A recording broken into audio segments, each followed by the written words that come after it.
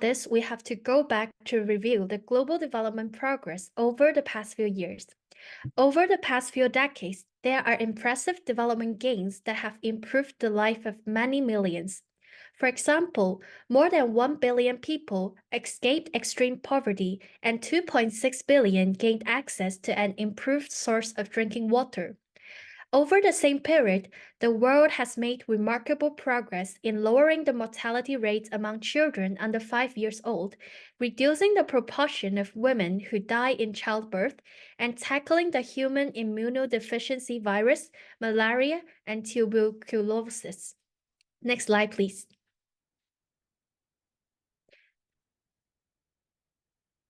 Among this great success, however, there are still hundreds of millions of people who have been left behind. These people are unable to fully participate in or benefit from human development, economic growth, and globalization.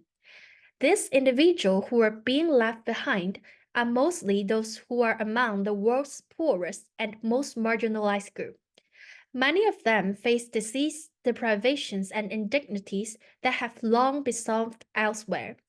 Consequently, we continue to live in a world where 1 person in 9 is hungry, 1 in 3 is malnourished, around 800 million people struggle to survive on less than $1.9 a day, and 1 in every 3 women experiences physical or sexual violence in their lifetime. Next slide, please. And research has revealed that across countries, women and girls, people in rural areas, indigenous peoples, ethnic and linguistic minorities, people with disabilities, migrants, gender and sexual minorities, youth, and older persons are disproportionately among the left behind. In all societies, these groups who are furthest behind, they tend to suffer from multiple and intersecting disadvantages compared to others. With the serious inequality and the lack of social mobility, these people who are left behind are suffering greater left behind, both domestically and internationally. And when people feel stuck and powerless and believe the system is unfair, they may become less motivated and lose trust in the system. So as a result, the 2030 Agenda for Sustainable Development is based on the idea of leaving no one behind.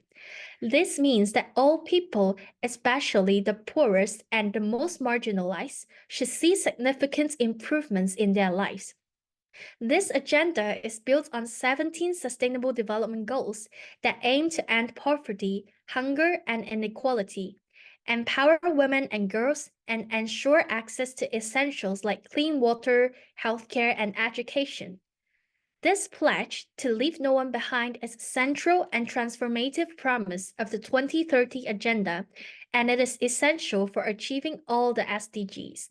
It is grounded in the principles of equality and non-discrimination, which are fundamental to the Universal Declaration of Human Rights and the United Nations Charter.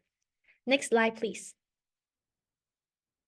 So there are 3 essentials in leaving no one behind.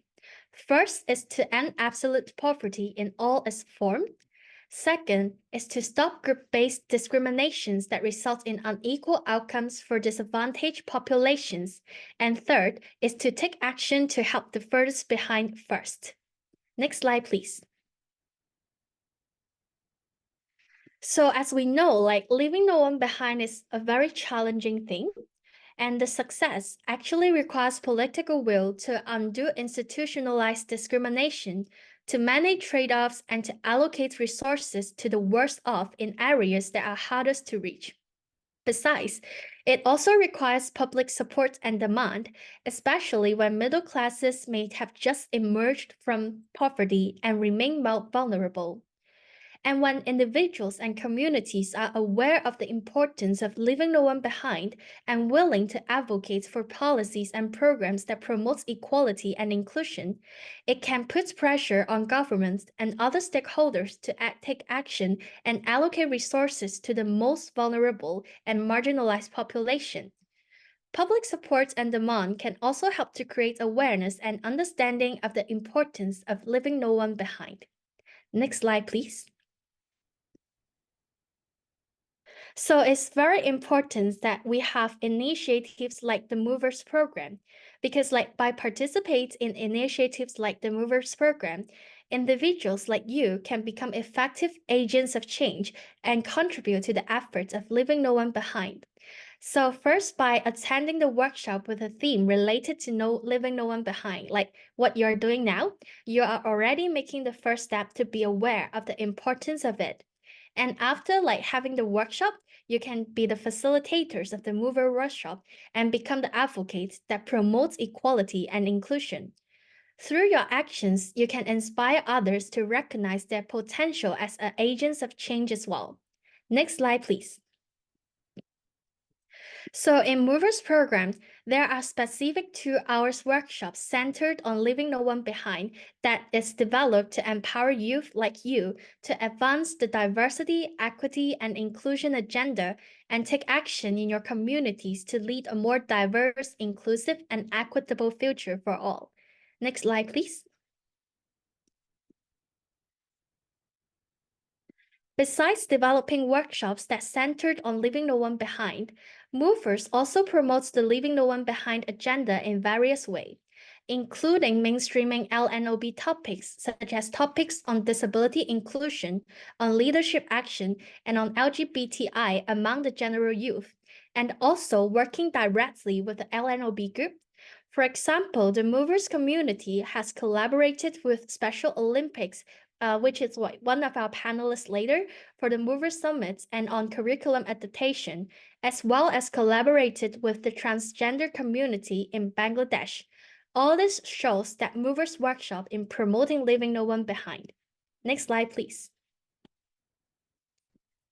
So to conclude, leaving no one behind is very important as it forces us to move towards a more equitable and inclusive society. So I believe like all of you joining today are willing to embrace our roles as a change makers and work together to leave no one behind. And together we can build a world that truly values and uplifts every individual, regardless of their backgrounds or circumstances. Thank you. I will now pass the time for the workshop on disability inclusion. Okay, thank you, Vivian, for amazing introduction of Leave No One Behind. So we have a lot of people leave behind because of the different reasons. So that's why it's important to learn and think about what is your own action. So today, let's learn together and delve into about disability inclusion. So I'm so happy to invite 4 amazing facilitators over to Tin. All right, thank you, Yui. So good afternoon, everyone, and happy Lunar New Year. Okay, so I would like to introduce myself first. All right, and my name is Tinh Nguyễn, and which means love in Vietnamese. And of course, I come from Vietnam, and I'm currently a mover facilitator. And one of my projects is to work with children with disabilities as well. So thank you all for spending time with us today to discuss disability inclusion, and hope that we will have a great time talking and discussing together. And yes, for the next part, I will leave the stage for Gabriel's introduction. Please, Gabriel. Hello, everyone. Good evening. To introduce myself, I am Gabriel Neri, and I am a Movers Fellow from the Philippines, and I will be one of the facilitators for this disability inclusion. So next is Brianna. Hello everyone. Apologies um if I have unnecessary noise behind me because I am currently in a public area. I am Brianna from the Philippines and would be discussing disability inclusion, which is to be emphasized later. Thank you.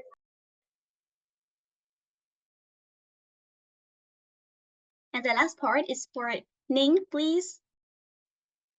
Hey, hello everyone. I'm Nen from Vietnam here, and I'm so happy to be here with you today. And I'm Nen, and currently I'm working at a program officer for a local NGO in Vietnam, and we fostering energy transition in Vietnam and support and accelerating the local communities as well. Thank you, and let's take turn for our workshop and also the panel. All right, thank you so much for all of the facilitators' introductions. Before starting the workshop, on behalf of Movers Program, I would like to send to all of the participants of Movers Workshop today a small present, which is the action plan book, which is just mentioned in the first part of the program today. Yes, please, Yui, let's show the action book, please, on the slide, and you can see. All right. So yes, in this email that you have received from the Movers Program, so we have made the action plan book for you. So the action packed books feature dedicated notebooks for all of you to jot down your thoughts and your key takeaways, and also action plan during and after each session you attend. So hope that you will enjoy our present. Okay. And before getting started, I just wanna capture this meaningful moment with all of you guys here. So I would like to invite all of the participants to turn on the cameras and let's find a comfortable place and take some pictures with us. All right? So please, I would like to invite all of you here to turn on your camera to take some pictures. Okay, so I see a lot of participants, so please. Yes? Okay, so I will give you guys like about 10 seconds to turn on your camera. All right. Oh, I see a lot of people, a lot of participants have opened your camera so far. Okay. All right. So is the camera ready right now? Okay. Yeah, thank you so much. Can you turn off the screen? Yes. Okay, so yes, I see so many like faces here, and now I'm on the count right now, and yes, I want you guys to look at me and like do the heart shape like this. All right, and I'm on the count from 3, 2, and 1. All right, so 3, 2, 1. Cheers. All right, one more, one more. So this one is like improvise. You can do anything you want. Okay, just smile. All right. So 1, 2, and 3. Oh, thank you so much for you all participants. All right. You're so lovely. Okay. All right. So I think that you are all ready for the workshop, right? So if you are already, please leave me like a comment or a heart. I will be very grateful for that. All right. Oh, I see so many. That's cool. Thank you.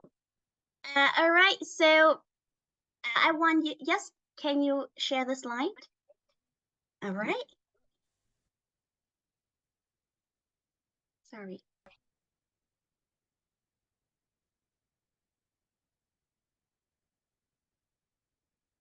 Okay. So now, in order to have a quality discussion, I will be showing you the Zoom guidance on the slide. So please turn on to the next slide. Okay, next slide. All right. So during the workshop today, I would like you to turn off the mic when you are not on the mic, when you're not speaking. So, and turn on the video if you can, and also use a video, use a chat for questions or reactions, and also you can clap or give a thumbs up or raise your hand. And there is a button on the Zoom screen. I hope that you can find the button somewhere on the screen. Okay. So next slide, please. Before getting started, I want to introduce a bit about some information about Movers Program. So the Movers Program wants to mobilize youth across Asia Pacific to raise awareness about sustainable development goals and develop entrepreneurial mindsets by organizing and facilitating the mover workshop like this in the communities. And after workshop, all of the people, all of you can bring it to your friends and your community. And that will be very grateful. And I'm so looking forward to you participating with us. All right, so next slide, please. I know that all of you guys here joining the workshop have known this topic so far, so I just wanna clarify the three main objectives of the workshop today. The first one, you will be learning about disability and persons with disabilities. And the second one, the second objective is to start developing a disability inclusive mindset. And the final objective is to begin taking specific actions to promote disability inclusion in day-to-day work. Next slide, please. You might be asking that, but how do I engage with like persons with disabilities, and am I using the right language or not? How can I make sure that disability inclusion is part of my day-to-day work? Do I have the necessary knowledge and skills? Or maybe you wonder that opportunities you may have to support the disability inclusion.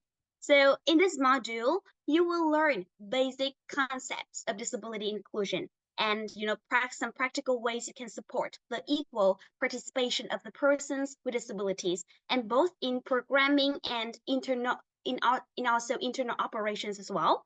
And also you would also learn about the United Nations Disability Inclusion Strategy and how to use it in all areas of your work, of the work we do. And in details, let's have a quick look at the agenda of the workshop today. The first part is to figure out, so what is disability? I mean, like the definition. The second one, who are persons with disabilities? The third one, UN's effort on disability inclusion. The role of social enterprises in promoting disability inclusion. And the final part is about disability inclusive languages and interaction. Next slide, please. So, right, I guess it's time to get started, and I really want to know you all feeling. All right, so can you share with me, like from 1 to 10, how is your current level of energy? Please type your answer in the chat box. Oh, 100 out of 10. To me, I'm 10 out of 10 right now. I'm super duper excited. I'm in a good mood. And Mark, oh yes, 10 out of 10 too. Wow. I see so many 10s here. 9.99. Okay. Oh, thank you so much for your support. I see that a lot of people here, so many, like most of the participants here, they feel really excited. And me too, I'm so excited and energized right now. Next slide, please. Okay, so, all right. So please, next slide. All right, so, and one more thing I want to ask you guys, like at the end of this workshop, I will be happy if blah, blah, blah. Yes, I have a blank here, and I would like all of you guys here to like type in the chat box, like, what do you want to achieve after the workshop? All right, if I make new friends, of course. And how about other people? I consume all the knowledge, connections. Yes, many hearts.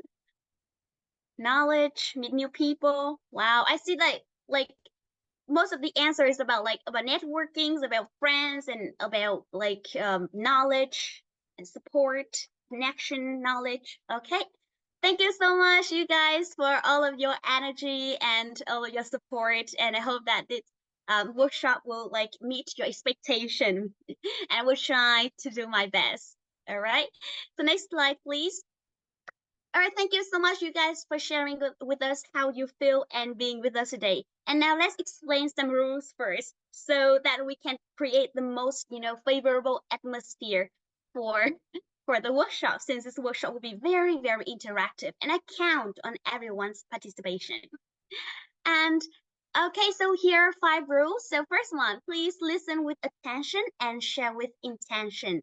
The second rule is to suspend judgment and to trust the process and trust the facilitators, and feel free to share with your feelings and interactions anytime, right, in the chat box by reactions. And finally, just have fun and make new friends. I hope that you will have a great time being with us today. And that's it. That's something about the rules. And next part, the slide number 9. Okay, so let's move on. In every first part of anything, of any knowledge learning process, we gotta know the definition, right? So here I have a QR code for you guys. I want you to to scan the QR code on your screen, and just like give me some words. When it comes to disability, like what are the words pop up in your mind? Please like scan the quote. I'll give you like about 1 minute to scan it and leave the answers. Yes, when it comes to disability, I believe that a lot of people will have so many like knowledge, ideas in your mind about disability. Unable to do something? Okay.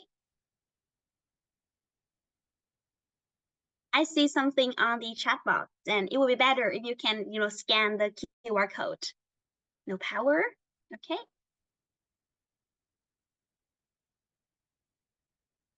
Right, some answers in the chat box, I see. Very interactive, thank you. Unable to do things as normal people doing. Special with people with special needs. Wow, that's good. Incapacitate, all right? Unable to do something. Okay, I think it's the time to show the results. Weakness, underestimated. I see so many keywords here, but I want to see the results on the slide. Can you share with us the slide, the results, please? Okay, please click. Okay, so click on the QR code and we can see some results that people like, just some participants leaving like some answers in the QR code.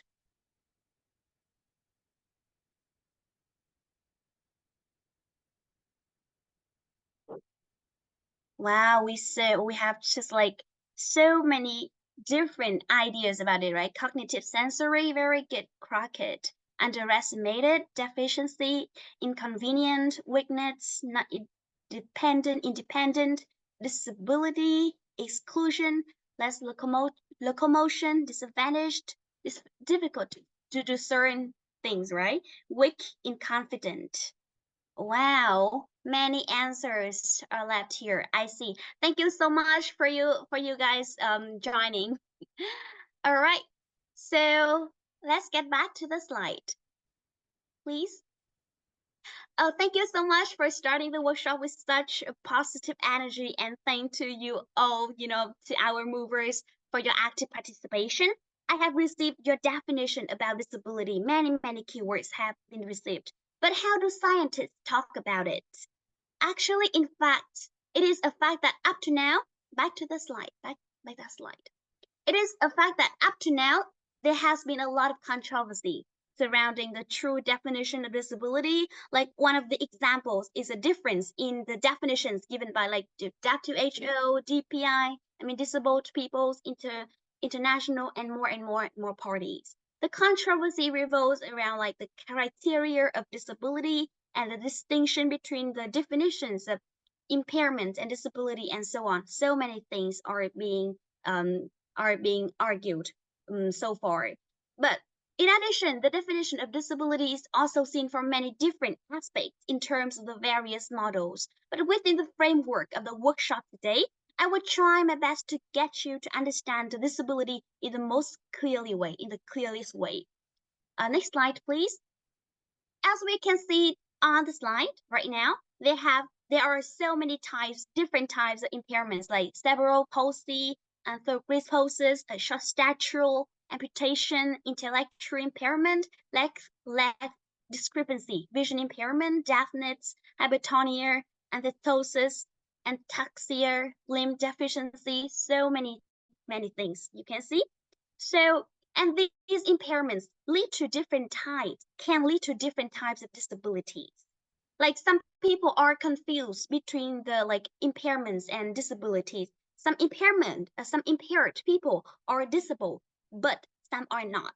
To explain more, let's have a look at the next slide to see what is truly disability. So in short, we can break down, okay, oh, I see. So in short, we can break the word disability into two parts. Like this means no, right? And ability means like, yeah, you know the answer of this ability, right? So disability by that way means like you don't have the ability to do something. Disability is defined as a functional deficit of people as a result of impairment. However, if we understand like disability by this way, the definition seems like to be too easy, right? Too easy. So in detail, the UN Convention on the Rights of Persons with Disabilities has posed a definition of disability. So disability is defined as an evolving concept, and that it results from the interaction between like persons with impairments and attitudinal as well as environmental barriers to parties, right? That hinder the full and effective participation in society on an equal basis with others. So it leads to another definition of like peoples with disabilities. Like they include like those who have long-term physical, mental, intellectual, sensory impairments, as we just mentioned above before, which in interaction with various barriers may hinder the full and effective participation in society on an equal basis with others. All right, so let's have a look at a more detailed example to break down the definition, because I know that this definition is still like kind of blurred and unclear for you, for some of you guys, right? So let's move on to the next slide, please. All right, so here I have like a more detailed this example. So we see that disability, as I have just said, disability is a result of the interaction between, here we have people living with impairments and barriers in the physical, attitudinal, communication, and social environments. All right, and here, like for example, you can see on the slide, here is a crippled person, right? The so-called person with disability, and he lives with disability impairments. Okay, and so he has to use a wheelchair, and he wants to climb upstairs without the support as an undisabled person. However, he meets many barriers. We have barriers like he cannot stand up and go straight, cannot do this, right, due to medical condition. And he feels like this is like a impossible duty for him, and there is not anyone around to support him. And also this staircase is not a smart staircase as well. And it leads to like the fact that he cannot go upstairs. It means he is disabled. And still this example, please move on to the next slide. And still this example, if the stairs have like a way for disabled people, or it's a smart staircase, the barriers are removed, so he will be able to go upstairs right now. So he is not called a person with disability anymore. He's just a person with impairments, right? So here, the criteria of like barriers are really important to define a disabled, to define disability and persons with disability as well. So therefore, disability is not the inability to walk that keeps a person from entering the building by themselves, but the inaccessible stairs that keep a wheelchair users from entering the building. So like you are visually impaired and you cannot see, you are disabled, but you still can see with the assistance of modern devices. You are not disabled, you're just impaired. So this is important to know that disability is not a person's characteristic. It's not a characteristic. It is a result of the interaction between people living with impairments and all kinds of barriers in society. And that is a point that I really want to stress in my sharing. And I hope that from the example below, you all have a better understanding of the definition of disability. Now let's explore just some models of disability with me, and let's move on to the next slide. Actually, we have so many different models of disability I can count, like the moral or the religious model. This model says that like disability is an act of God, right? Or the economic model says that disability is a challenge to productivity and stuff like that, right? We can see so many different like ideas in terms of different models of disability, and there are some the most typical models on the slide. You can see I will count 4. So the first model is about the medical model. The medical model of disability is sometimes also referred to as like personal tragedy model. All right, so like because it defines disability in a fundamentally negative way. Like disability is regarded as objectively bad, as a pitiable condition, like a person tragedy for both the individual and her family, something like to be prevented and if possible cured. According to the medical model, so people with disability deviate from what is normal terms such as like invalid, we say like some invalid people, right? Crippled people or spastic, handicapped people, and also retarded are all derived from the medical model. All right, and nevertheless, like because many people with disabilities with a will never experience a cure that eliminates their disability. So it is often the case that medical professionals who adhere to the medical model will regard that persons with disabilities as a failure and as an embarrassment, and kind of something we can understand, something kind of really negative, right? So, but let's move on to the next model. We have the in-charity model.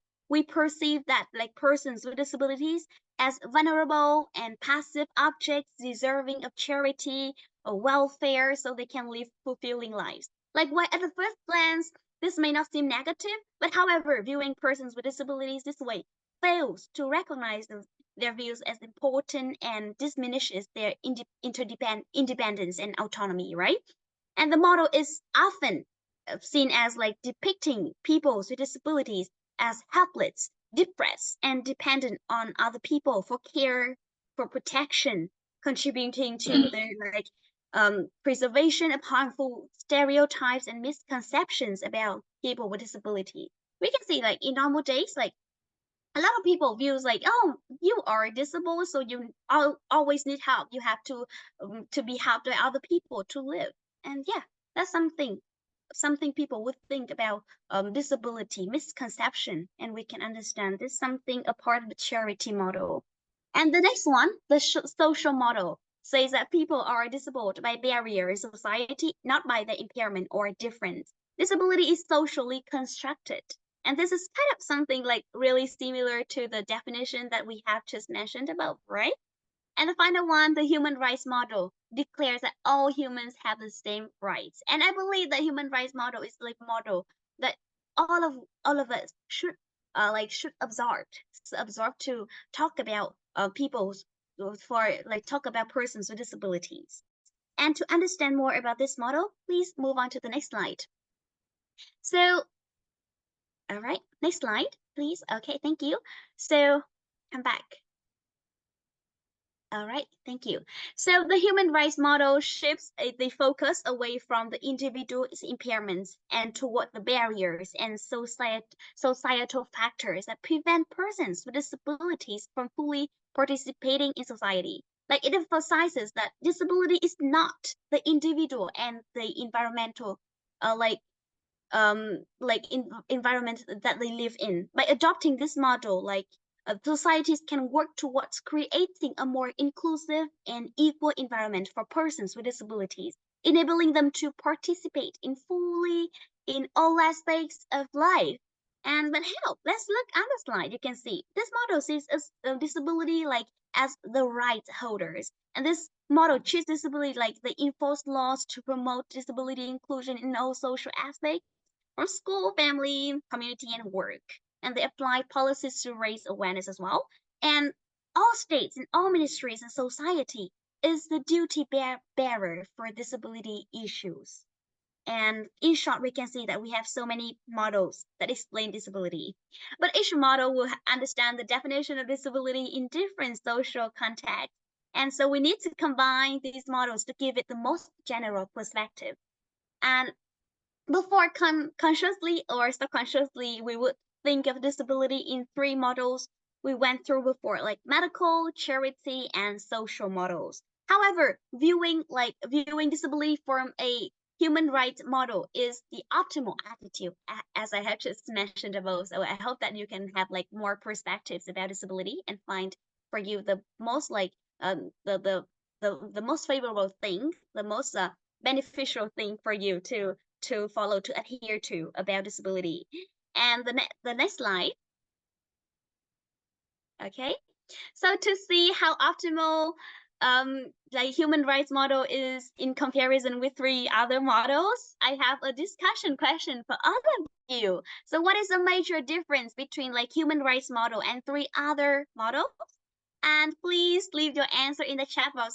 I'm so open to your answers. I'm so excited to listen to your to your ideas about disability and the four models. And please come back to the previous slide. Yes. Come back to the previous slide. All right. Here, there are 4 types of disabilities, right? So, okay, sorry. Okay, just next slide. Yes, I want to ask you, like, the question for you here, like, what is the difference between human rights model with 3 other models? The difference.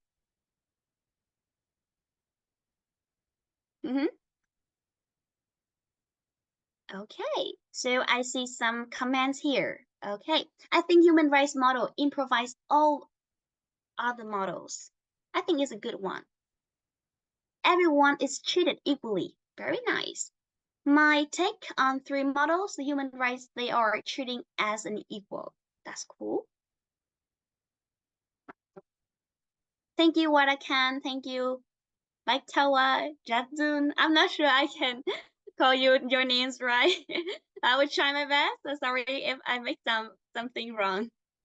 Marcin. I see some of the opinions about like the difference between like the human rights model with 3 other models. Right? That is so cool.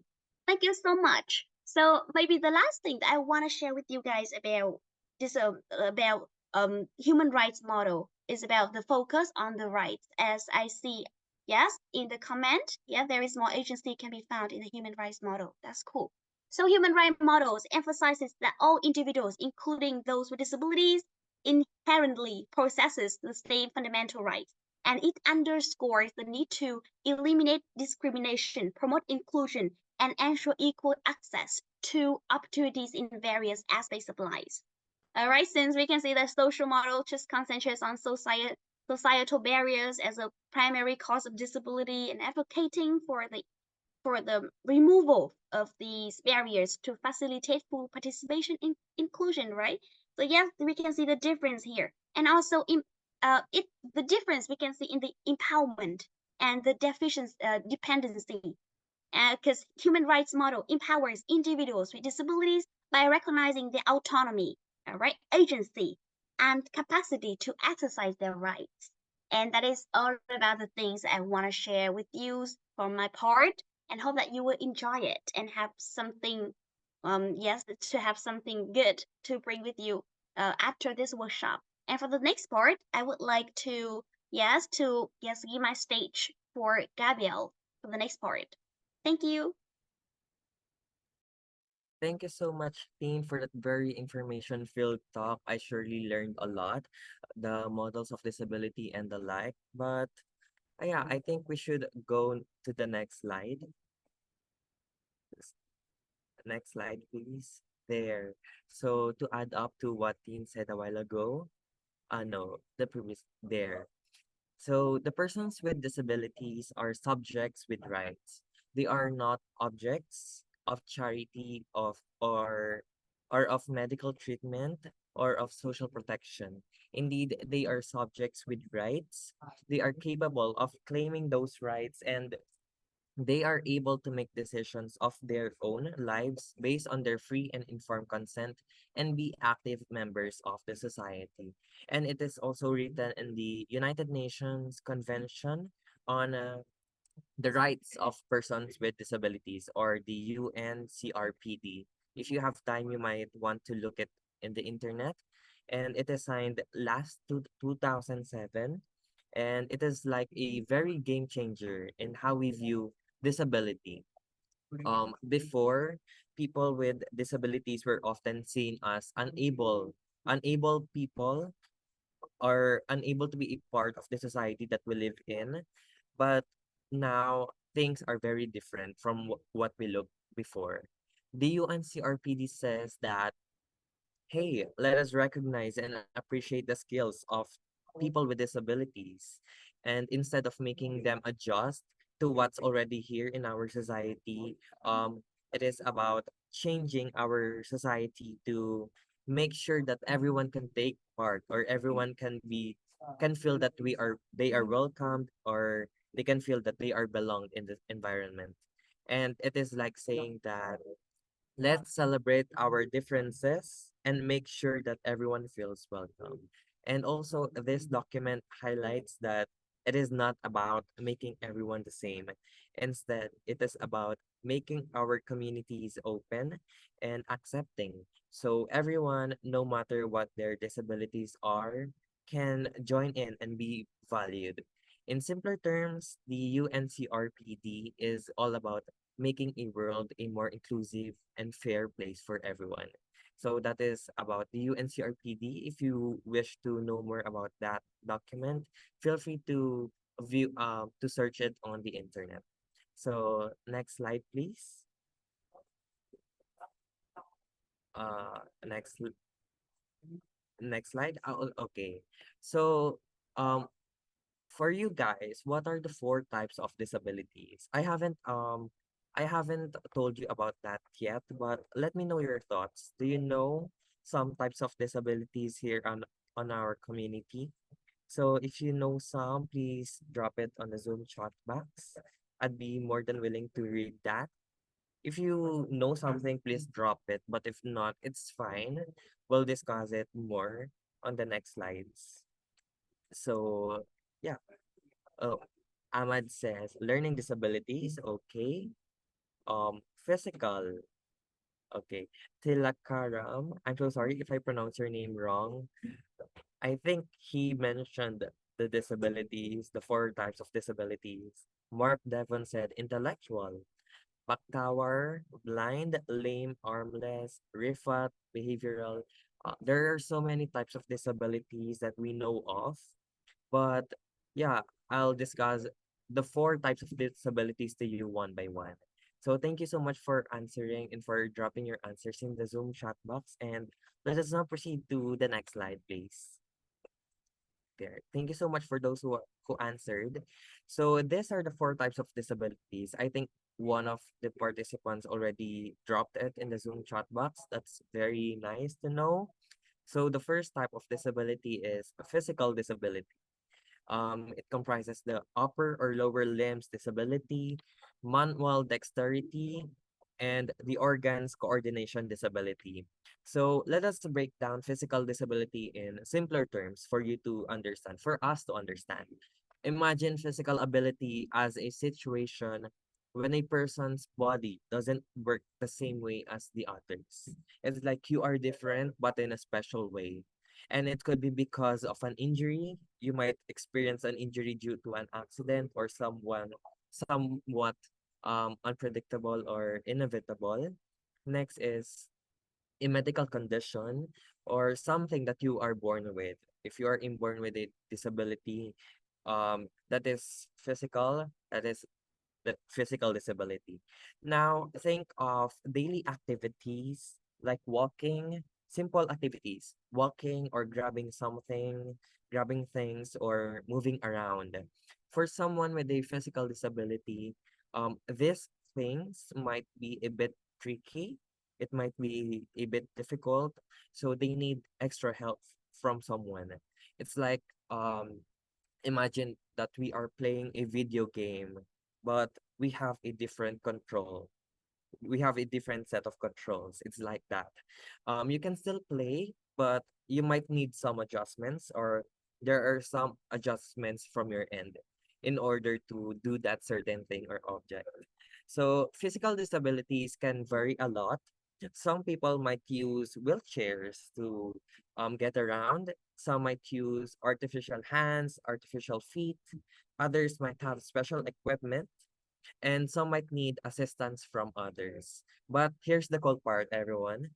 People with physical disabilities are just as awesome, are just as capable, and as just full of talents as anyone else. They might just do things in a different way, but that's totally okay on our part.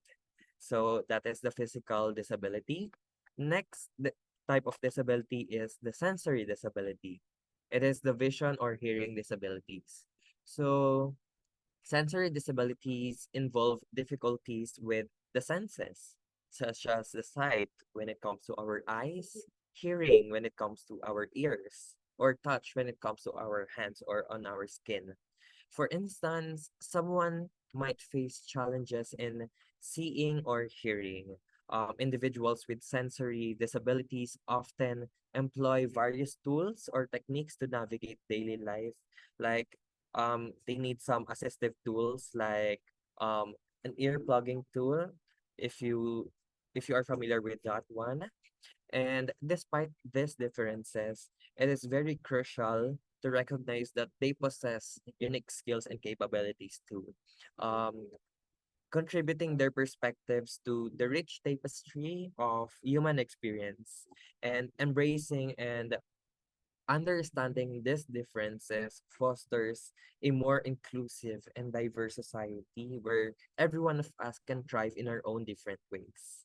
Next type of disability is intellectual disability. Limitations in cognitive functioning and skills, whether it may be communication, or whether it may be social or self-care skills. So intellectual disability involves a distinctive way in which the brain processes information, impacting learning and problem solving. It's like a certain approach to solving a puzzle with a unique style where pieces may fit together more slowly or unconventionally. So it is important to note that intellectual disability doesn't measure a person's intelligence, but it signifies a different cognitive processing style. So all of these types of disabilities are very different from each other, but there is something that makes them unique. And while individuals with intellectual disabilities may require extra support or time to grasp concepts, unlike normal human beings. I know it's not like us human beings, um, acknowledging and celebrating their diverse talents fosters a more inclusive community. So, understanding and supporting each person's unique strengths contribute to a society where everyone can thrive and make meaningful contributions to our shared experiences. So, last but not the least, among the four types of disabilities is the mental or the psychosocial disability. It is when someone with a mental health condition interacts with a social environment that presents barriers to their equality with others. So I think this is the most common type of disabilities amongst others, most especially on us youth. So mental or psychosocial disability is like facing challenges with our emotions or thoughts. It can affect on how we feel, how we think, and how we handle daily life. Imagine it as navigating a maze of emotions or thoughts in your brain. So yeah, sometimes the path might get a little bit tricky. Just like a physical disability that might need a wheelchair or like assistive equipments, mental disabilities that might require different kinds of support or understanding. It is essential to realize that people with mental disabilities have their own strengths and abilities, even if they might need some extra help.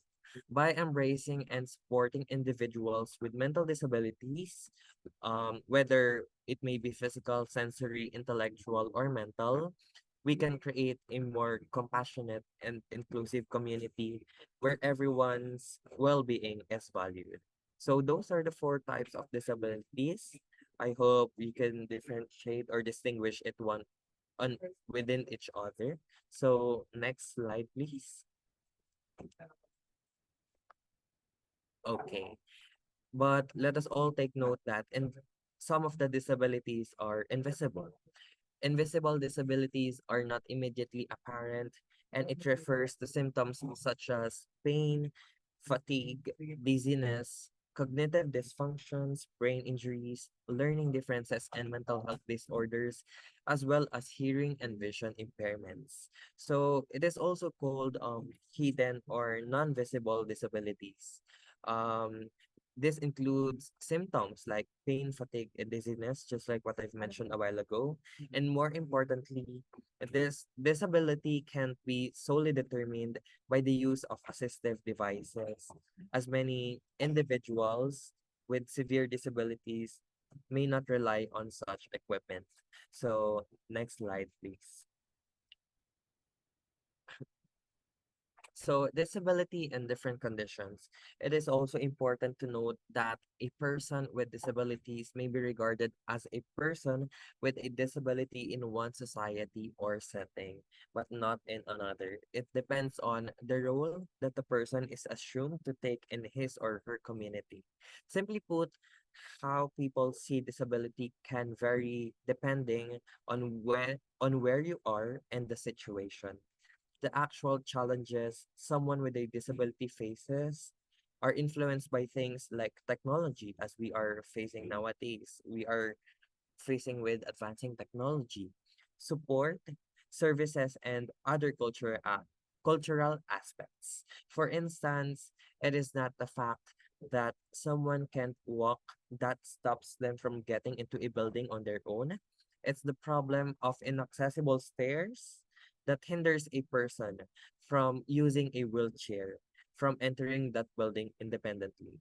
So this disability, we can imagine it in some situations that are relevant or like common to our community nowadays. So next slide, please. So persons with disabilities as a diverse group, having differing impairments and varied identities as well as different life experiences. So people with disabilities encompass a diverse and multifaceted group characterized by a range of unique impairments, identities, and life experiences. So regardless if you are with a disability or not, you have your own unique experiences. And despite sharing similar impairments, their outward appearances, their behaviors, and their work styles and needs can significantly differ. And it is very essential for us to recognize that some disabilities are readily visible while others may not be immediately apparent. Within this spectrum of diversity in our community, individuals with disabilities navigate the challenges of daily life, just like when we are walking. Employment, we are having some unfair treatment when it comes to disabled people, when it comes to employment. And of course, social interactions in distinct ways. By understanding and appreciating the variety within this community, within our community, we can foster a more inclusive and supportive environment that respects the individuality of each person and addresses their specific needs. So that is it. Next slide, please. So I think I have to ask you something. Your This is just a rough guess. You may guess it correctly, you may guess it not correctly, but I appreciate if you would drop your answers in the Zoom chat box and take a guess. So the question is, what percent of the global population currently experiences significant disability? So just a rough guess, simple guess. So Annette said 60%, Li Xiu 30%. I'm so sorry if I pronounce your names wrong. Caitlin, 10%. Ahmad, 20 to 25. Sudip said maybe 40%. A little bit for. Maricel said 28. Moniza said 15. And there are so many guesses. So thank you so much for that guesses. At least you are free, you're comfortable to share it to everyone. And let us proceed to the next slide for us to know the correct answer. So here are some key facts about persons with disabilities. An estimated 1.3 billion people, about 16% of the global population, I think someone got it correct, currently experience significant disability.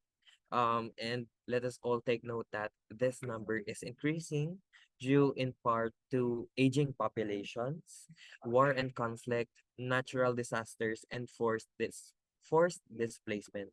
One significant factor is the aging population.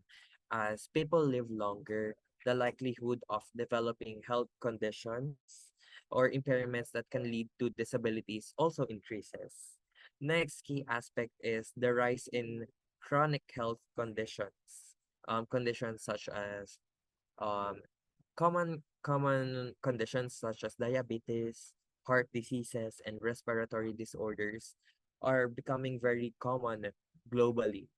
Additionally, the impact of environmental factors cannot be ignored, of course. Issues like inadequate access to healthcare, poor living conditions, and limited educational opportunities due to war and conflict can also contribute to the development of disabilities. And last is the forced displacement. And of course, understanding these factors is essential for developing strategies to address the increasing prevalence or the relevance of disabilities a a global scale. By addressing these root causes, we can work towards creating a more inclusive and of course more accessible world for everyone. So those are key facts about persons with disabilities. And yeah, thank you so much for those who answered. And the correct answer is 16% of the global population. And let us all take note that these numbers might increase as well. So next slide, please. Okay, here are some key facts. More key facts. 1 in 5 women is likely to experience disability during her life. 1 in 10 children is a child with disability, and 46 of persons aged 60 years and over or like elderly are persons with disabilities. So, with our differences in gender, in age, and experiences, as people who has the power in creating change, let us all be united in making them feel welcomed and feel belonged in this community, of course. And these facts about persons with disabilities makes them more vulnerable to poverty, which leads us to the next slide. Next slide, please. Okay, thank you so much. So according to our slide, out of every 5 people with disabilities, 3 are women, or like 60% of all the people in the globe. Additionally, 80% of people with disabilities live in low and middle income countries. So these are huge percentages of persons this with disabilities, and 50% of people with disabilities cannot afford healthcare due to some situations that some of us might not encounter as of now, but they are encountering as of current time. So this is so saddening to know, but these are facts that I think we as advocates for the sustainable development goals that we should address these types of data or like percentages or statistics. So next slide, please. So there, barriers to full inclusions of persons with disabilities, just like what I've mentioned a while ago, some environmental barriers like lack of decent shelter, like lack of decent resources. They are also inaccessible to information and technology, legislation, and of course the attitudinal barriers. So next slide, please. So So this is our first breakout room for this workshop tonight. So here are some guide questions and we will go to breakout rooms for 10 minutes. Allow me to read the questions. So which type of disability are you familiar with? As we have discussed a while ago, we have 4 types of disability. So among those four types of disabilities, which are you familiar with? You may be familiar with one, you may be familiar with all, or you may be familiar with nothing. And then next question, what barriers are people with this type of disability facing? And then last question, what should we do to eliminate these barriers? So you may take a picture of the guide questions so that when you proceed to your breakout rooms, we can have some conversations with regards to these guide questions. So I'll be giving you like 5 seconds to take a picture and then think of some answers or insights that would help you in knowing what could be the difference in your insights and others' insights. So are the breakout rooms ready? So, Okay. okay. Okay, thank you. I will send all of you for breakout rooms. So we have 13 rooms. So some rooms there's no facilitators. So you can take lead. No one if no one speak. Okay, enjoy.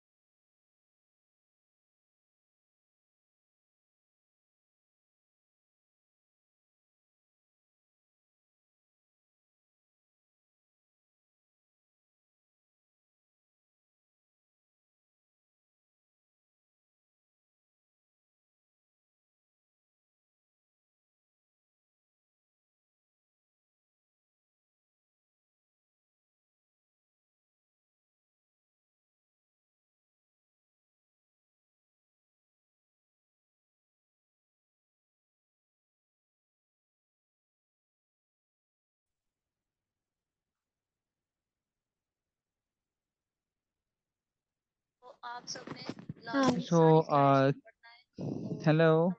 Hello. Hi, you. How are you? Yeah, I'm good. Okay, Thank so, you. Gianni, I have typed the question. Can you just please give me the answer of question? I've typed the question in chat.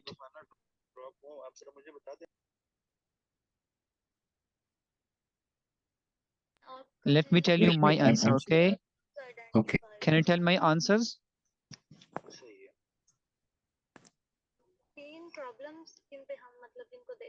So, the disabilities which I have, which I am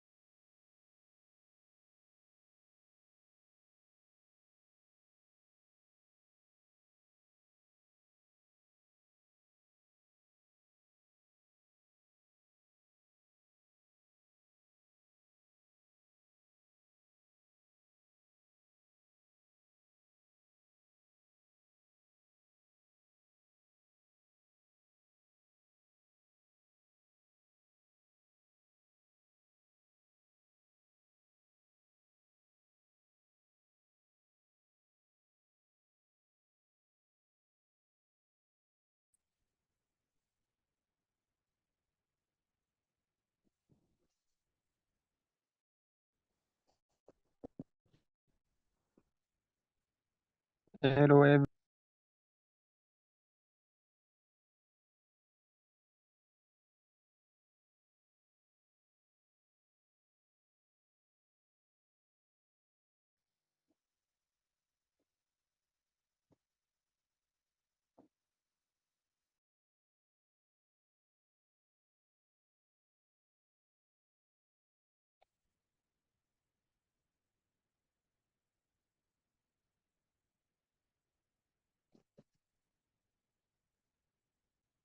So hi everyone, welcome back to the main session. How's your conversation with the other participants here in the meeting? Have you shared your insights? Yeah, I hope you had fun sharing. But yeah, I would like to know what did you talk during the breakout session. So who would like to share? Can you share it in the Zoom chat box, or like you can open your microphones if you are comfortable? Okay, so we have someone raising her hand. Caitlin, the floor is yours. Thank you, Gabriel. Hi, everyone. My name is Thomas. You can call me Caitlin. I'm from Malaysia. And yeah, first of all, Chinese New Year. 祝大家新年快乐。恭喜发财。新年快乐。Yeah. So selamat tahun baru Cina. So just a quick one. So in my group I'm in group 10, and I have Iman and Maros in group 10. So we share about the difference between the Philippines and Malaysia. For Philippines, the disability inclusion we can see more in medical facilities. But while in Malaysia, we can see it's like the society is like evolving, because in Malaysia, it's like when we see Malaysia is the disability inclusion was not there like more than 20 years ago. But then like more than 20 years later, we can see like more ramps, more lifts in public places.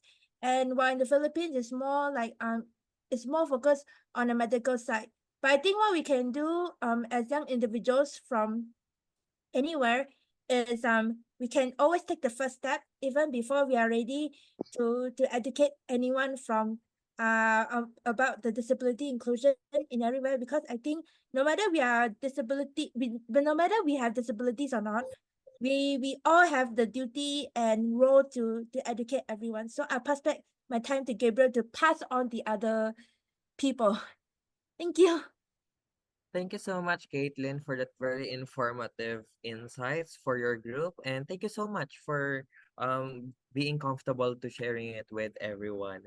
And just like what Caitlin said, yeah, disabilities here in the Philippines or in any parts of the world, any countries of the world are very common with each other, but it is up to us on whether how we can unite everyone in letting them know what disability is and how we can do on our own little ways to let others know more about it.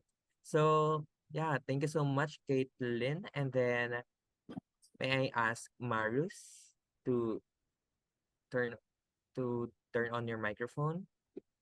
Can you? Marius, the one who's raising his hand? All right. Thank you for giving me the floor. I'm Marus Hussein Yusuf from Chad.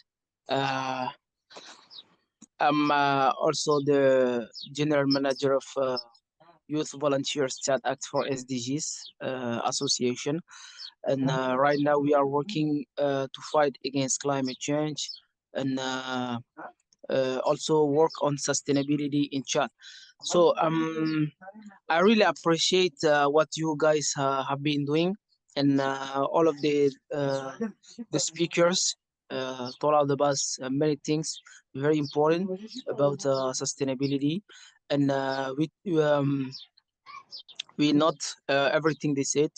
And right now, I just want to share something about climate change in Chad and also in the Sahel. You know, guys, Africa is are not part of those country who pollute the environment, and we are facing many challenges every day. concerning climate change, concerning climate mobility, concerning water, concerning the deserts, and we are also facing many challenges concerning agriculture. And right now we are suffering a lot that side. So last time at the COP28, we asked about climate justice, and we appreciate the decision who was taken by the head of state in Dubai about climate justice, and the process is not really ongoing right now. We still we don't see anything that side, and it's still little bit difficult to ensure that or to implement that in the Sahel.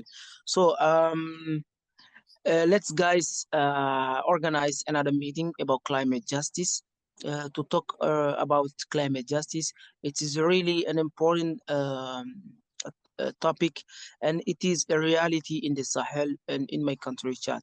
We will not fight against climate change without climate justice, without climate finance. So if we have climate justice, I think the finance will not be a problem, and also fighting against climate change will not be another problem too.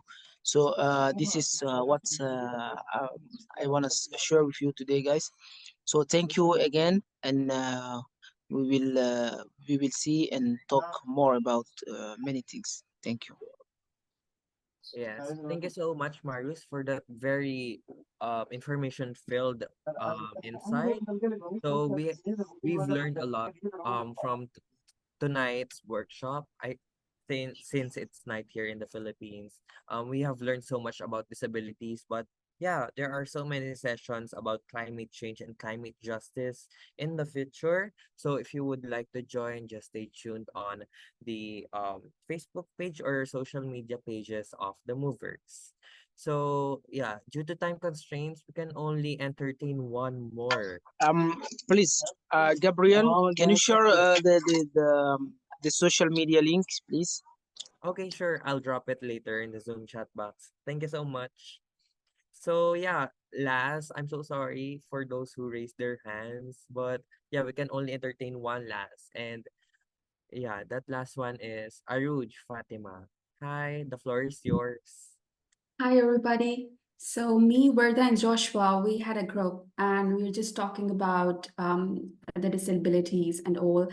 I feel like if I talk about particularly in my country, Pakistan, in Asia, I feel like that we are familiar with physical and mental disabilities more as comparatively to other disabilities. And I feel like what we are facing the barriers is that, first of all, we need to have a lot of awareness sessions from the children level, because bullying starts from the school level. And we need to make children realize that it's not okay to humiliate someone with someone having disability.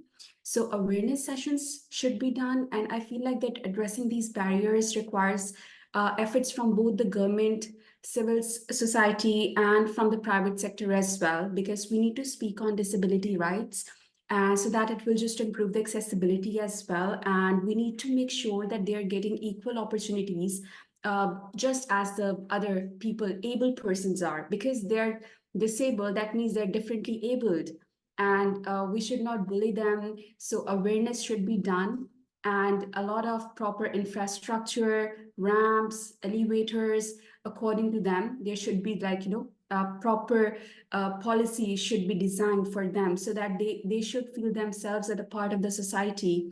And this is how we will progress. This is the true progress. Okay, thank you so much, Aruj. Yeah, that was very right to say.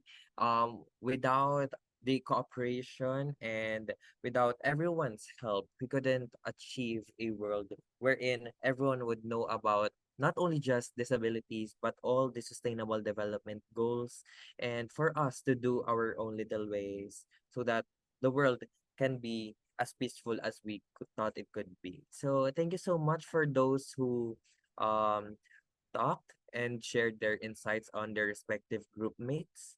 And yeah, that ends my part. Thank you so much for listening, everyone. And yeah, you can connect with me on my LinkedIn. I will drop it in the Zoom chat box later on.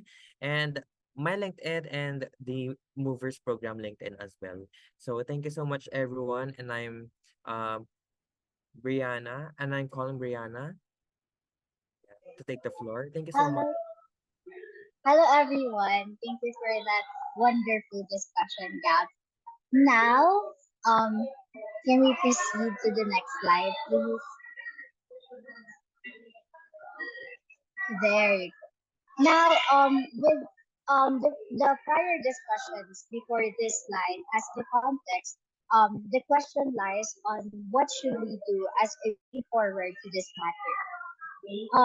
As either McGee stated, we are greater than and greater for the sum of us.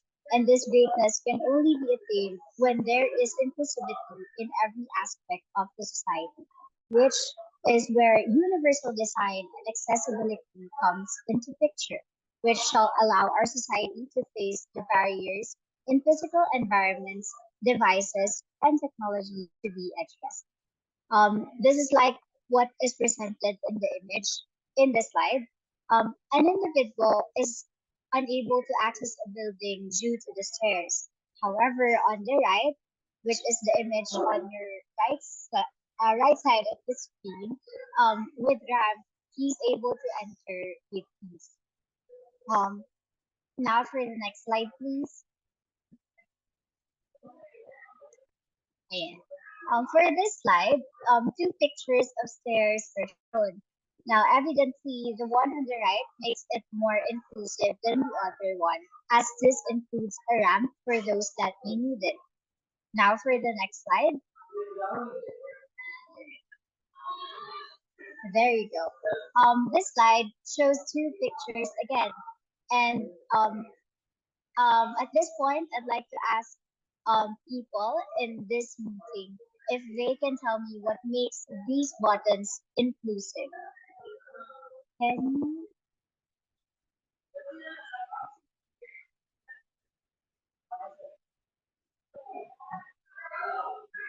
Oh, Can you go? Okay. someone answered one has braille and one doesn't. Correct. Can you try?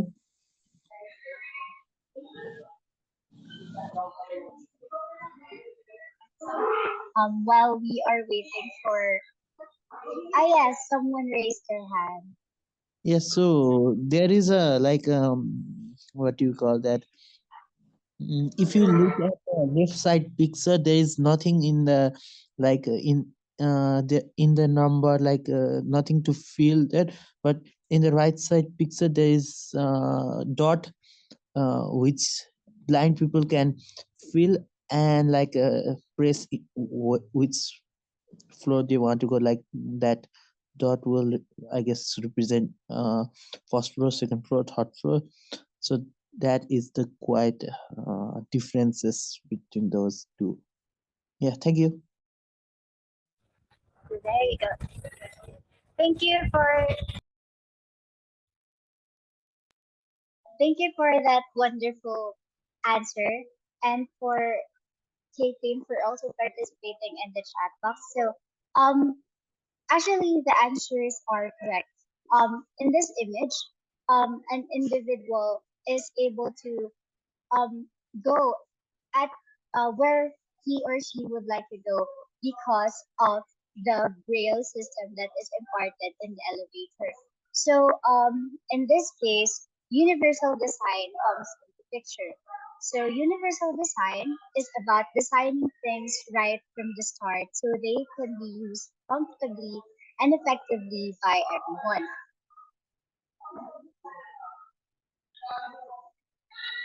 Without needing special adaptations or changes. This helps ensure that everyone, regardless of their abilities, can participate fully and equally in everyday activities and experiences. Now to the next slide.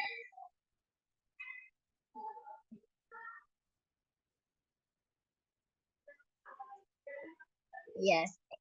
That being said, reasonable accommodations refers to the legal requirement for making necessary adjustments or modifications in policies, practices, or environments to provide equal opportunities and accessibility for individuals with disabilities or protected characteristics.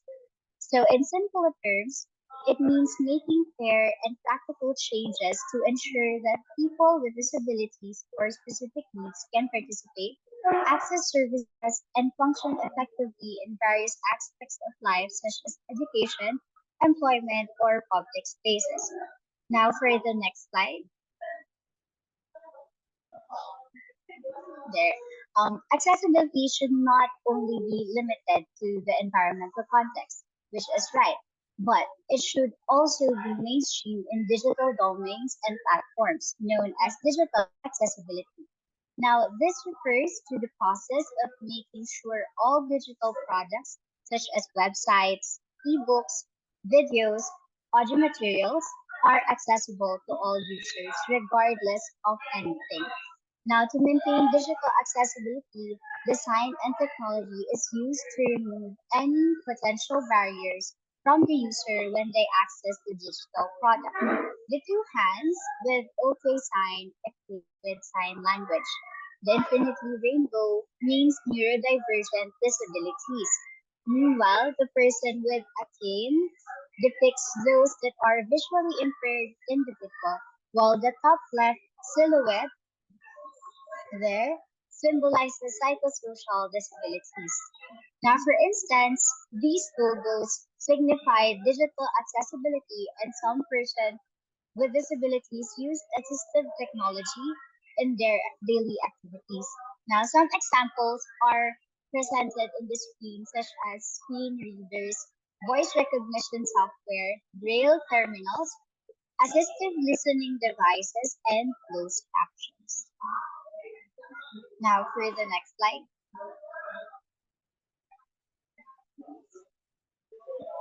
There.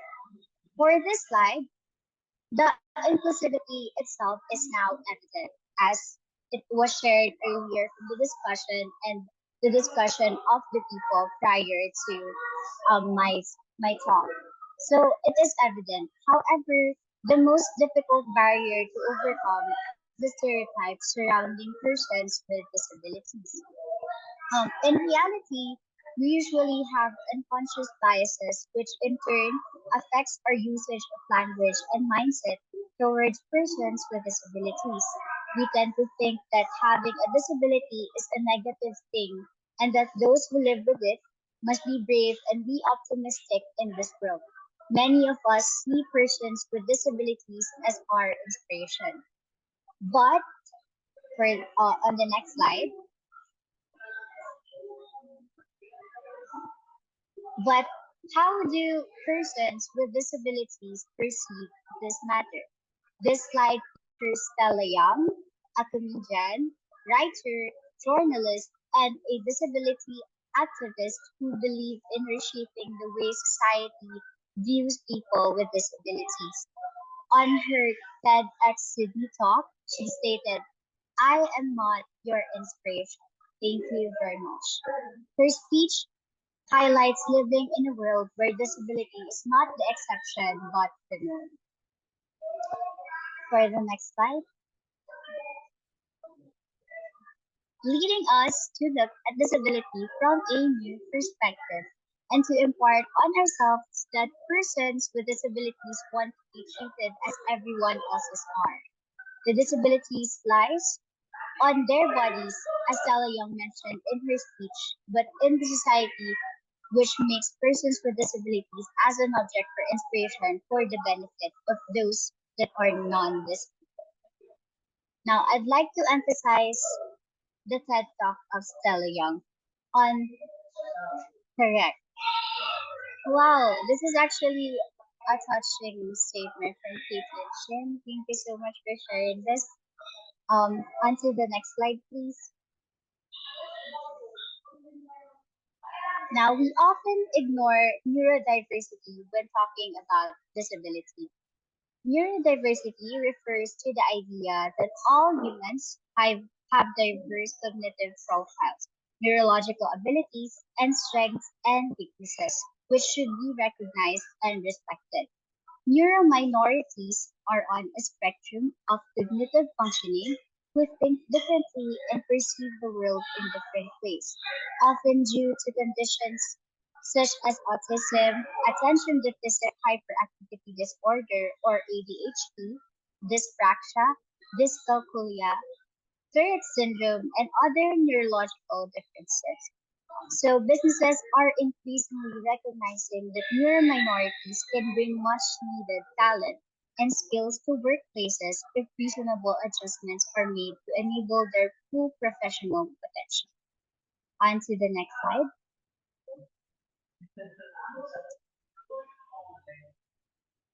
Now we are going to part two, which is advancing disability inclusion. And this is to ensure a resilient future for all. We should put forward advancing disability inclusion. Now for the next slide, please.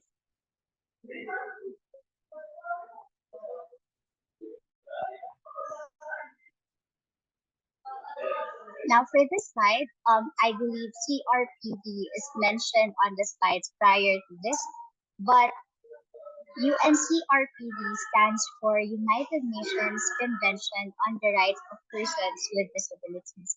This is a human rights treaty which intends to promote and protect the rights and dignity of persons with disabilities.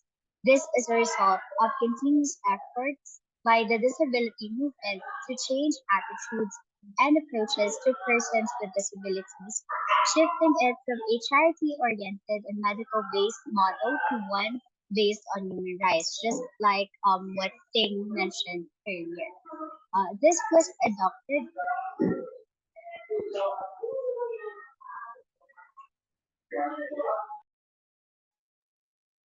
So yeah, hi everyone, I'm back. So to continue what Brianna said a while ago, this was adopted, the CRPD was adopted in 2006, and it is currently upholding its intent or intention through the human rights-based model of disability inclusion rooted in supporting and promoting the rights and the dignity of persons with disabilities, seeking to respect, to support, and to celebrate human diversity through creating conditions that allow meaningful participation by all.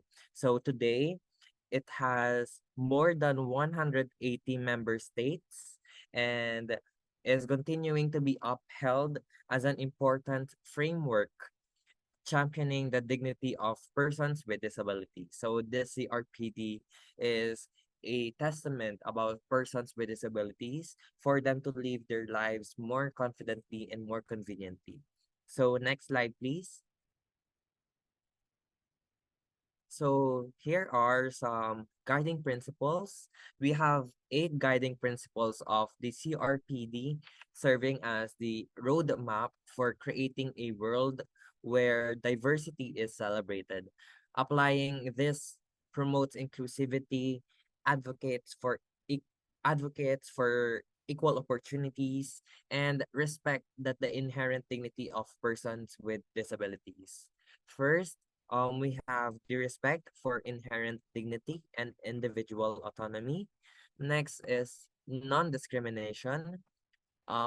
Third, full and effective participation and inclusion in society. Next is the respect for difference and acceptance for persons with disabilities as part of human diversity and humanity. Next is equality of opportunity, accessibility, equality between men and women, and lastly, respecting the evolving capacities of children with disabilities. So with these 8 guiding principles, the CRPD aims to serve as an instrument to create a world just like what we aim as well, where diversity is celebrated and regardless of um, their disabilities wouldn't be a hinder for them in achieving a peaceful and a happy life. So next slide, please. Now, let's grasp the understanding of everyone on SDGs. So I'd like to ask everyone in this meeting, if what do you think is the sustainable development goal that specifically refers to the persons with disabilities? You may drop it in the Zoom chat box and I'll take a look on it. So yeah. What SDG do you think? Is it SDG 2, SDG 3? Okay. There are no responses yet. So I think everyone is thinking critically. So yeah, Caitlin said SDG 4, 10, 11, 16, and 17. Maria said SDG 10. Oh, you have the same answer, SDG 10. How about the others? Do you have something in mind? Marisol said SDG 14. Okay, thank you so much. How about the others? Oh, Chita said quality education, which is SDG 4. Afia said SDG 3. Bushra, SDG 10, SDG 16. So thank you so much for your answers. Warda said SDG 10, 11, and 8. So yeah, thank you so much for your answers and thank you for your initiatives. Thank you for guessing what SDG does person with disability specifically refer to. So next slide, please. So inclusion of persons with disabilities is a cross-cutting issue in the 2030 Agenda for Sustainable Development. Among the goals presented in this slide are SDG 4, quality education, SDG 8, decent work and economic growth, SDG 10, reduce inequalities, which is the most specific SDG for persons with disabilities. And then SDG 11, sustainable cities and communities, and SDG 17, partnerships for the goals. There are many indicators and targets that we specifically refer to the persons with disabilities, but yeah, every single goal, the the person that it would like to serve is the persons of disabilities. So all in all the SDGs are interconnected with each other. So yeah, next slide, please. So achieving the sustainable development goals rely on the inclusion of persons with disabilities. The pledge, leave no one behind, as the title of this workshop indicates, in the development efforts and to reach those who are the furthest behind. First is fundamental to supporting persons with disabilities. Persons with disabilities should be actively engaged in the efforts to achieve invaluable partners and agents of change. So, yeah, persons with disabilities should be actively engaged. So, persons with disabilities, along with us, should be actively interacting with all the efforts to achieve the SDGs targeted to achieve by 2030, not only as a group that has been consistently left behind, but regardless of what their experiences are, they must be actively engaging in this one since this is for their good and for everyone's good. So as everyone is involved, we should do our part as well in sharing what we can do to make the world an equal opportunity for people, for every one of us. So next slide. So as a living example of this, social startups or like social entrepreneurial businesses like OHFA Tech is a Korean startup developer that are committed to leaving no one behind. OHFA is a Korean startup developer of self-learning braille devices and software for the blind and the partially sighted people. Just like what the slide shown a while ago, in the elevator, it has a braille system that would help visually impaired people or partially sighted people. That is the main goal of the OHFA Tech. It is Korean startup developer. So as people who advocate for SDGs, I think let's do our part in promoting these types of startups, because this would be really of big help, not only just for persons with disabilities, but for everyone concerned, which is every one of us. So next, we also have another invention called DevTalk. DevTalk is a Pakistani innovative online solution that connects the deaf community with qualified sign language interpreters around the world, allowing them to communicate effectively and access the services they need. So yeah, DevTalk is a Pakistani innovative online solution. It really made use of the advancing technology nowadays, and it comprises of qualified sign language interpreters around the world. So I think some of us might not know about sign languages, but it is, yeah, let's do our part in knowing those sign languages so that we can be of big help to startups like this DevTalk, or like innovative online solutions. So next, we have our last solution, or like entrepreneurship and inclusion. Lastly, Amity. Amity aims to create sustainability products by using banana fiber fabric from Lao with disabilities and working with people with disabilities. So Amity is a business that creates sustainable products from people with disabilities. So this is a very sustainable business that really utilizes the people with disabilities. And yeah, this also emphasizes the fact that women, or like people with disabilities in general, must be given equal opportunities when it comes to employment. So many social startups like OHFA, Tech, DevTalk, and Amity are committed to leaving no one behind, thus offering products and services to promote accessibility and proactive participation for all. So I have mentioned OHFA Tech, DevTalk, and Amity. So if you know some startup businesses or any businesses from your respective countries um, that will really be of big help to people with disabilities, yeah, you can drop it in the Zoom chat box. And apologies, Amite, it has an accent. So yeah, it's nice to know that these startup businesses are existing nowadays. So I'd like to end my part by saying that each of one has the responsibility to make inclusion a daily thought, so that we can get rid of the word inclusion. So without thinking that there are disabled person, that there are people that who would be lacking some opportunities, um, we can only just think that every one of us is equal, and inclusion, that word inclusion will not exist.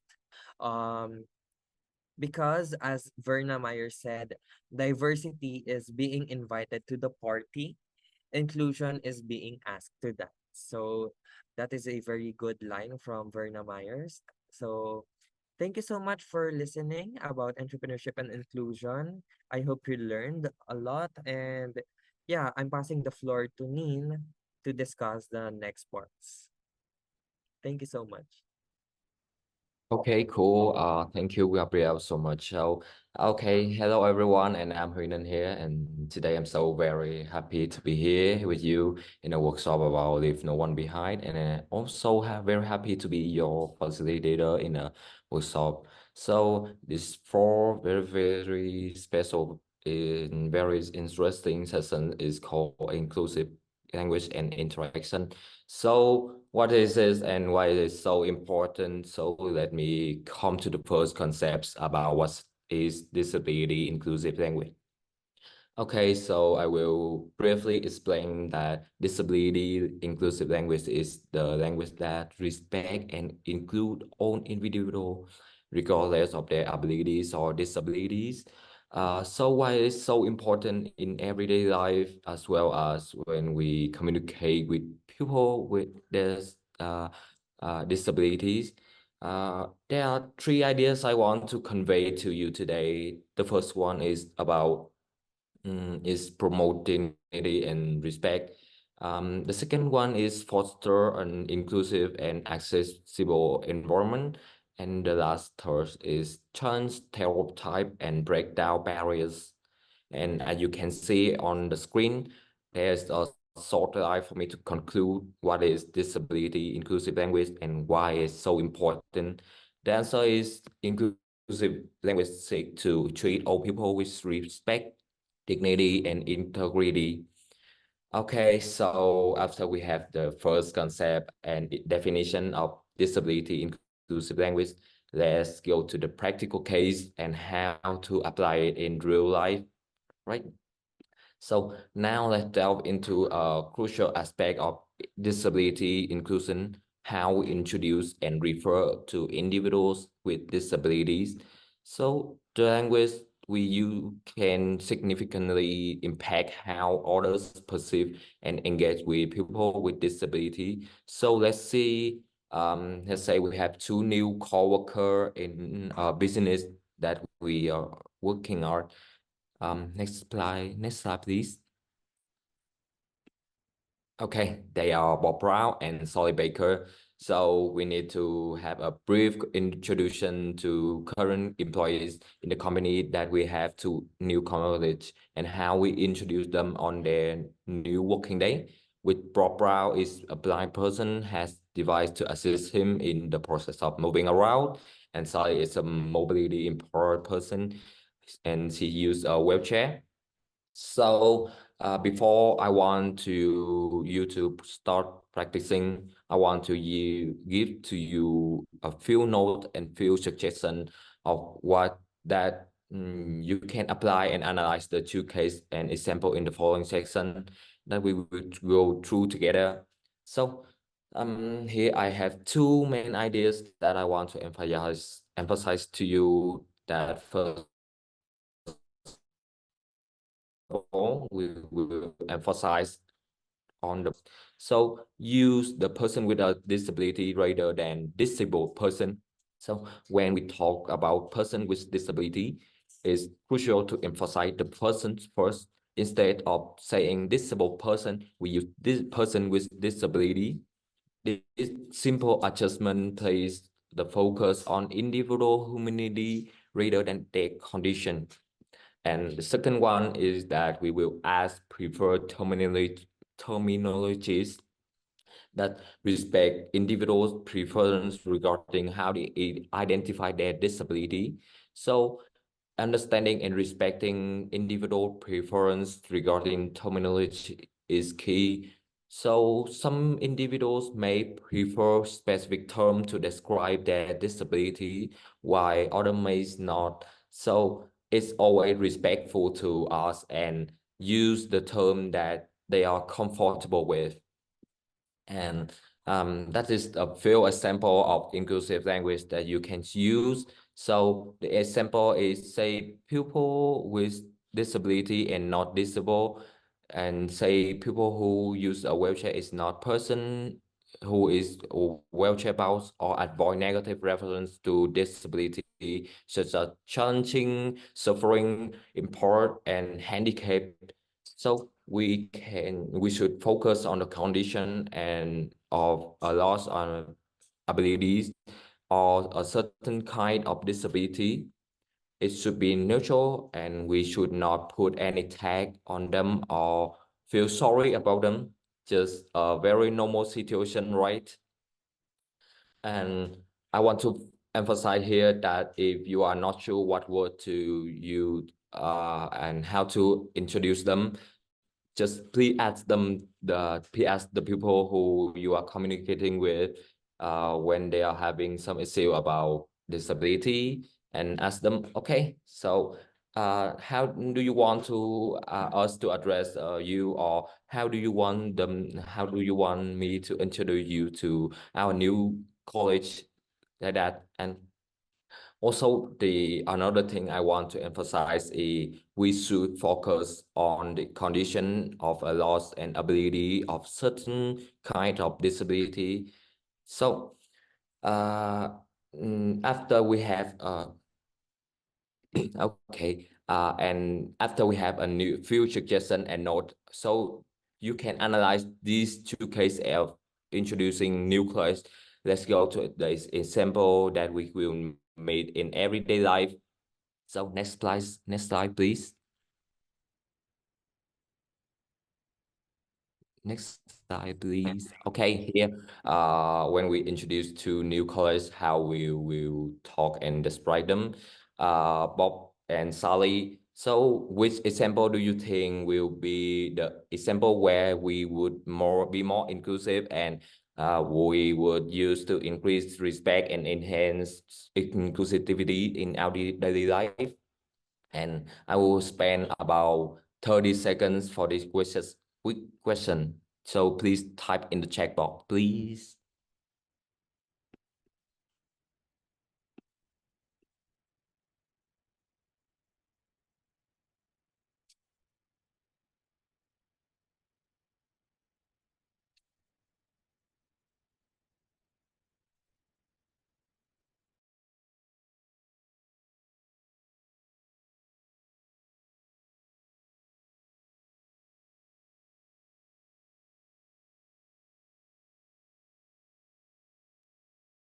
Oh, look, that is quite hard. So, okay, I see water is one entry. So, okay, you guys are perfect and so amazing. So, let's answer the example above. We will have four example here, and we will follow each example. Okay, next slide, please. Okay. Here, example number one and example number two are completely accurate example because inclusive language places the emphasis on the person, not the disabilities. So instead of saying I met a disabled at the conference that he cannot see and use real technologies. His name is Bob Brown. We can say I met Bob Brown at the conference that he is blind and use amazing technologies to help with his vision loss.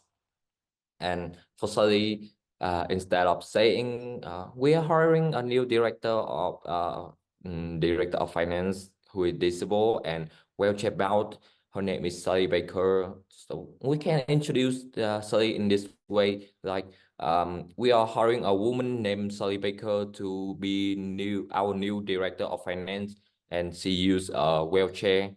So that is so we will have finished first example on how should we communicate and how we should say it when we introduce a friend or introduce a new college to our current colleges or in such environment of harmony and infusion that they will come to us next with the following example. Next slide, please.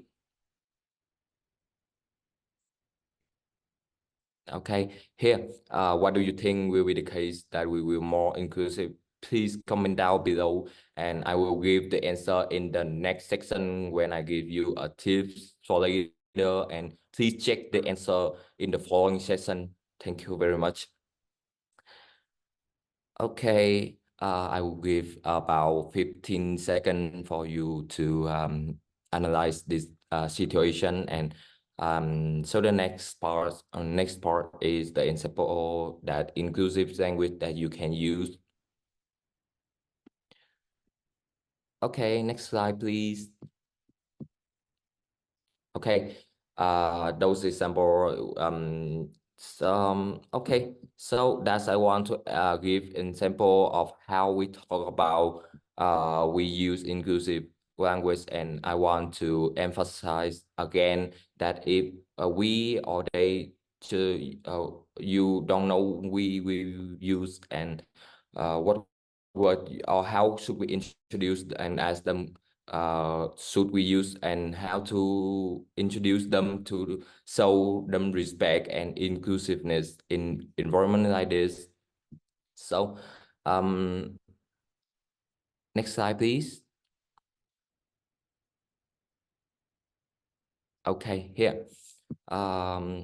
Those are example when you want to talk about people with disability and not the disabled, or say people who use a wheelchair and not the person who is wheelchair bound, and note that to avoid negative reference to disability such as challenge, suffering from, or impaired and handicapped. Okay, next slide, please.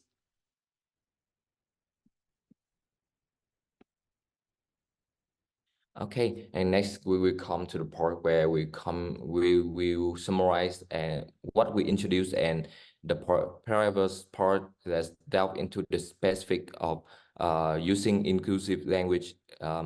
So inclusive language goes beyond just avoid offensive term, is actively embrace diversity and fostering an environment where everyone feel appreciated and valued.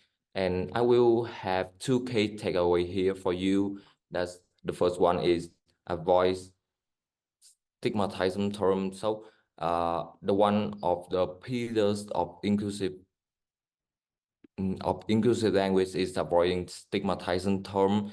For example, instead of using outdated terms like handicap or mentally retarded, we opt for neutral and person-first language, like saying a person with disability is not only the more accurate, but also respectful.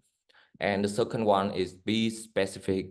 In addition to avoiding stigmatizing terms, it's essential to be specific in our language. If a person disability isn't relevant to the conversation, there's no need to mention about it, and just focus on the individual and their abilities, right? And rather than making their disability the focal point of the discussion, right? And what we can apply to understand about inclusive language and how we were going to use, and last part before we get to the most interesting part of today's session, that we will come to tips for inclusive language. Thus, our interaction play a crucial role in fostering an inclusive environment. So, next slide, please. Okay, here, there are certain tips that help promote respectful and non-discriminatory and effective interaction with persons with disabilities. So I will give you some tips. Like, okay, the first one is ABC plus same. Okay, next slide, please. Next slide, please. Okay, here, in here, the word A represent assistant. So, respond graciously and patiently request for assistance. Next one. Here, the letter B represent for be yourself, be natural and comfortable. Do not worry about saying or acting in the wrong way, but do show respect as well. And the last one, yep, here, the letter C represent for check. Always ask before your help and do not make assumption about what a person needs, right? And finally here, a very important factor is treat them the same way. So treat the person with disability the same as you treat others, and treat them as you would like to be treated. So in addition, I will have some more tips for you, like focus on abilities, just highlight what individual can do rather than what they cannot, and help them create a positive and empowering atmosphere. It's just about recognition and celebrating strength, right? And beside that, be patient and listen is also very important and very helpful tips for you guys. Okay, here, so the next part, we are going to learn how to interacting with person with disability, specific disability, and this part promise will be the most interesting part, and we will be the most interactive activities today. So let's go with interactive activities. Okay, here, do you remember the example of Miss Solly? How should we interact with her when we interact with the people who have physical disability problem? Remember that some physical disability require the use of an assistive device like a wheelchair or a walker. So when we interacting with a person with physical disability, just remember that any assistive device is an extension of the personal space. And additionally, I have written a few notes about above in the screen for you. And the next one, do you remember Bob, that is a blind man and has a guide dog? So what we should do, just like please touch his arm and speak instead of rubbing out his white can when offer some assistance, or speak in a normal tone and speak as you approach his. So the third one,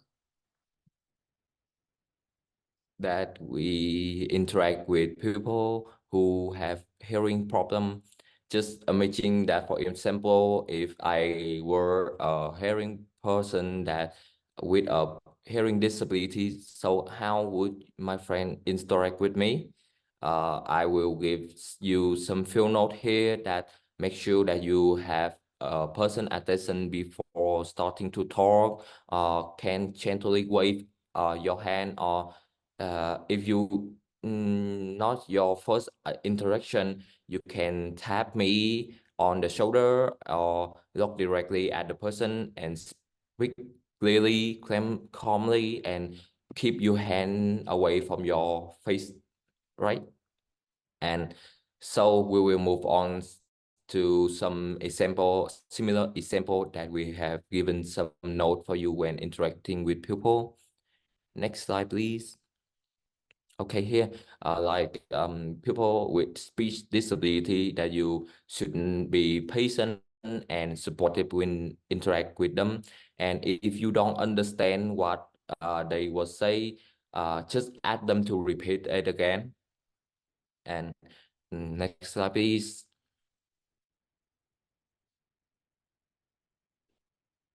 Okay, here the same goes when we interact with people who have cognitive disabilities or different learning styles, that they prepare to repeat parts of a conversation, or just offer assistance or extra time for decision making and filling out the forms.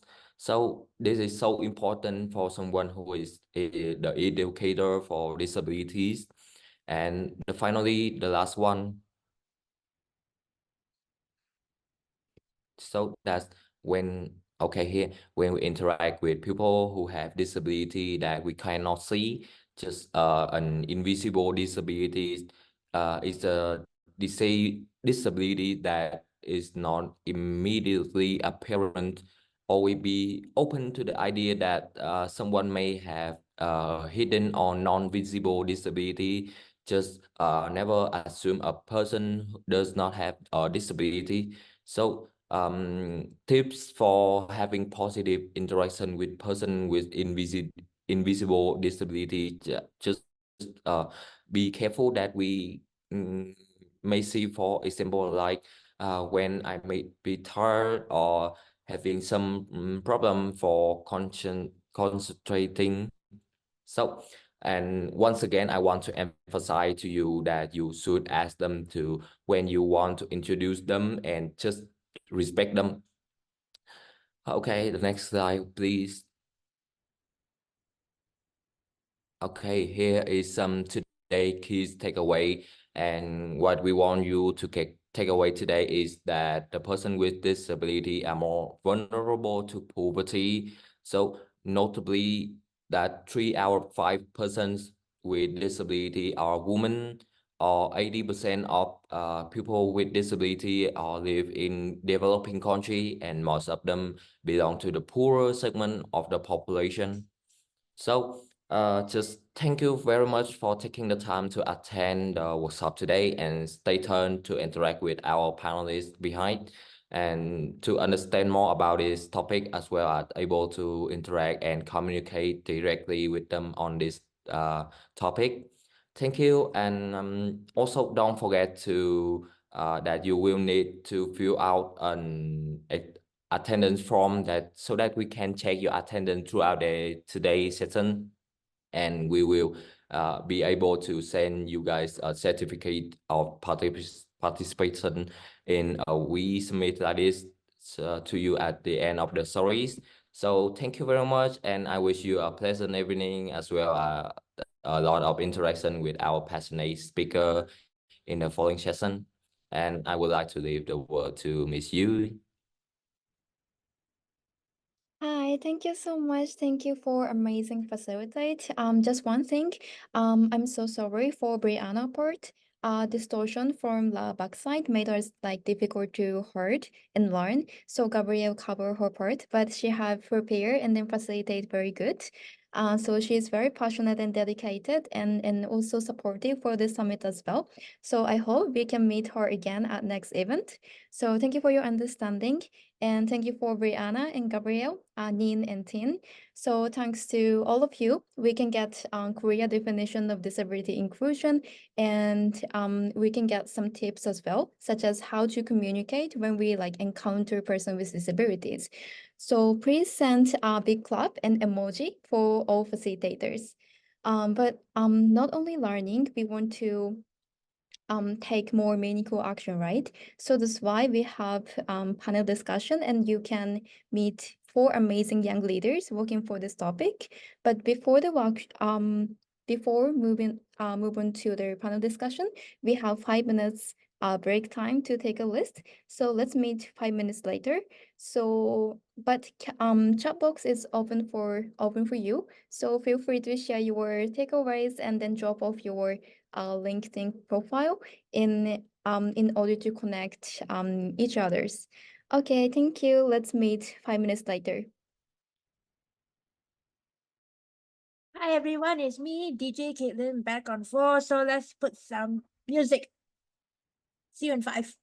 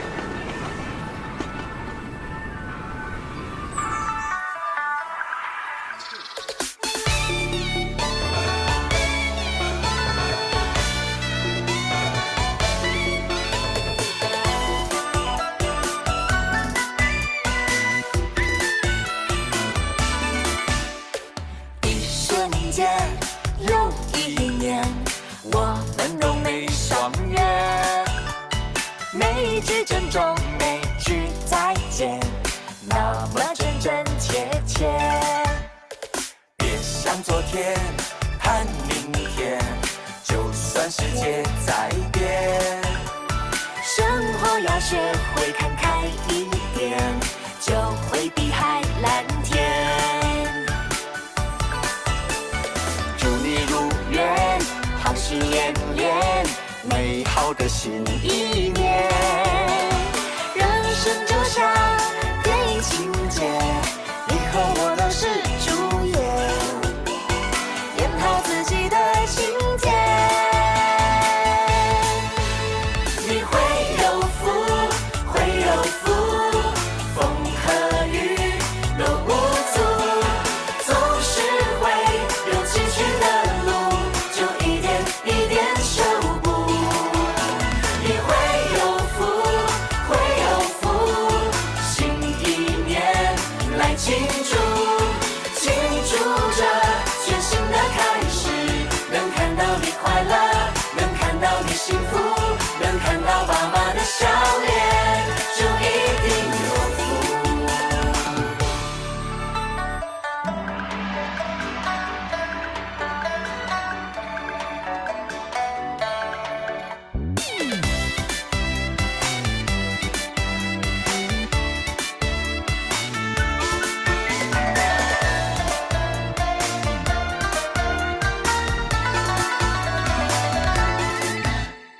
别想昨天，盼明天，就算世界再变，生活要学会看开一点，就会比海蓝天。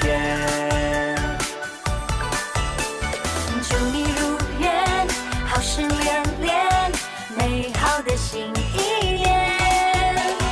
人生就像电影情节，你和我都是主演，演好自己的情节。你会有福，会有福，风和雨都无阻，总是会有崎岖的路，就一点一点修补。你会有福，会有福，新一年来庆祝，庆祝着全新的开始，能看到你快乐，能看到你幸福，能看到爸妈的笑脸，就一定有福。你会有福，会有福，风和雨都无阻，总是会有崎岖的路，就一点一点修补。你会有福，会有福，新一年来庆祝，庆祝着全新的开始，能看到你快乐，能看到你幸福，能看到爸妈的笑脸，就一定有福。能看到你快乐，能看到你幸福，能看到爸妈的笑脸，就一定有福。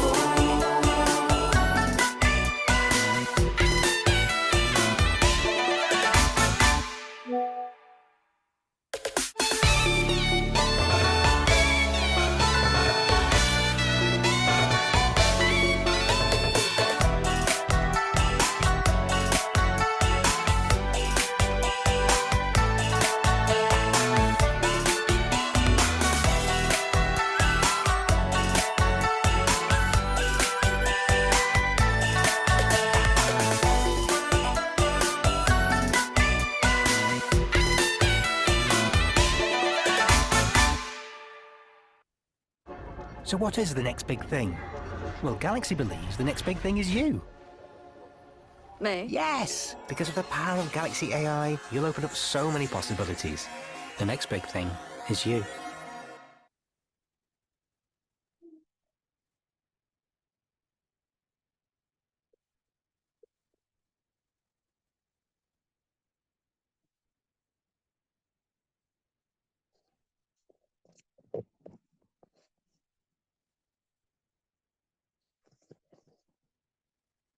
Okay, thank you, Kathleen.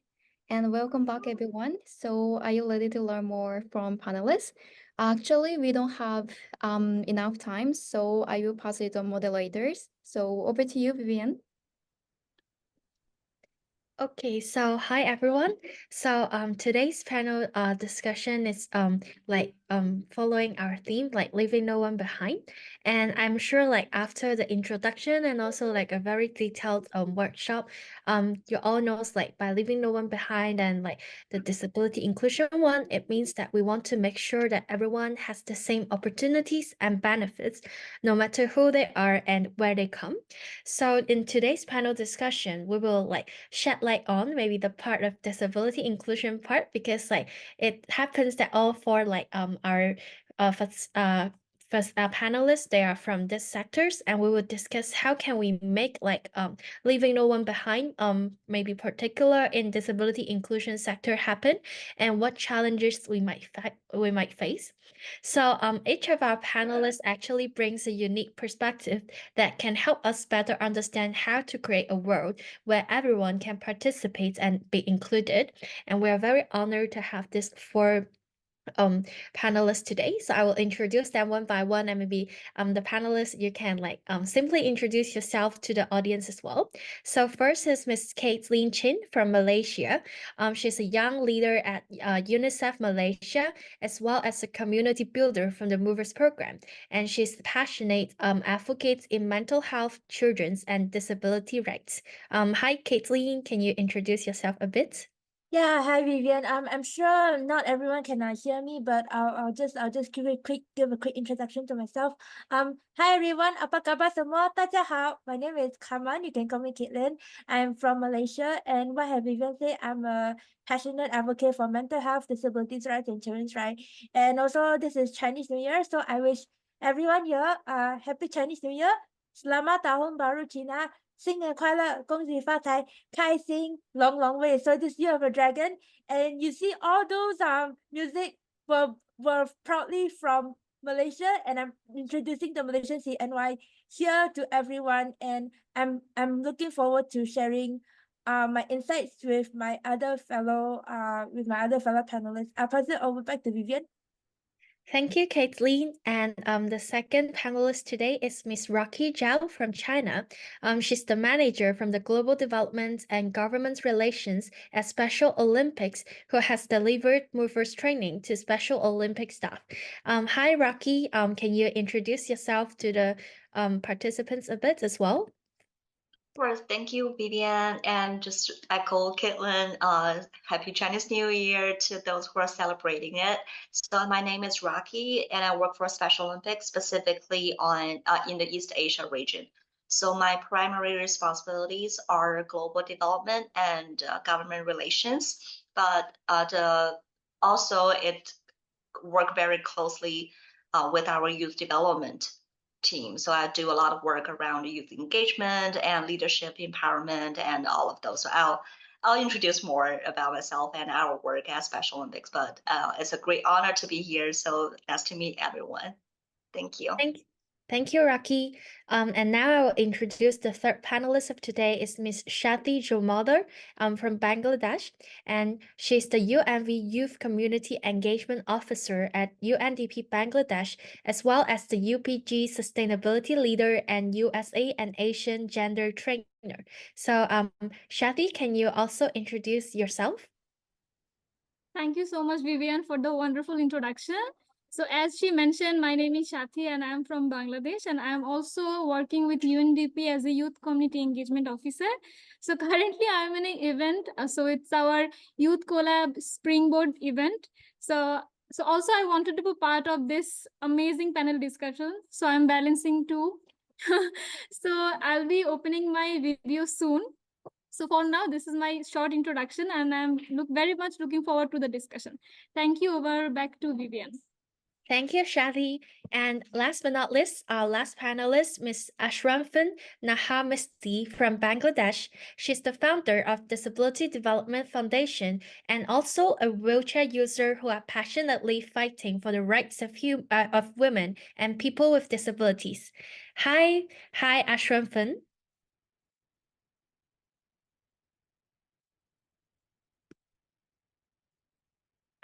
I think you have muted yourself. We cannot hear you. Maybe you can try unmute yourself and introduce yourself a bit. Yeah. Sorry.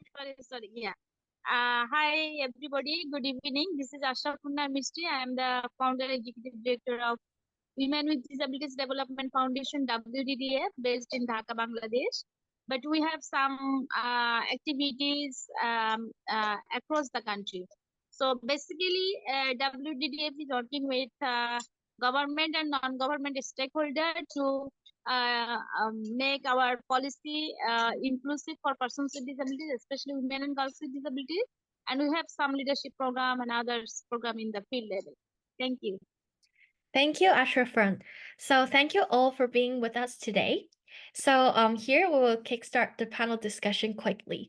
So we all know from the No Matter workshop or like just now introduction, we all know like the success of promoting leaving no one behind not only requires like the political will, but also like public support and demand. That's why the movers community try to promote disability inclusion awareness and also like leaving no one behind concepts to the community. So can you guys as I know you guys are the leaders from like your own field, so can you please like briefly share with us how do you promote leaving no one behind in your roles or organizations? Maybe can I invite Caitlin first?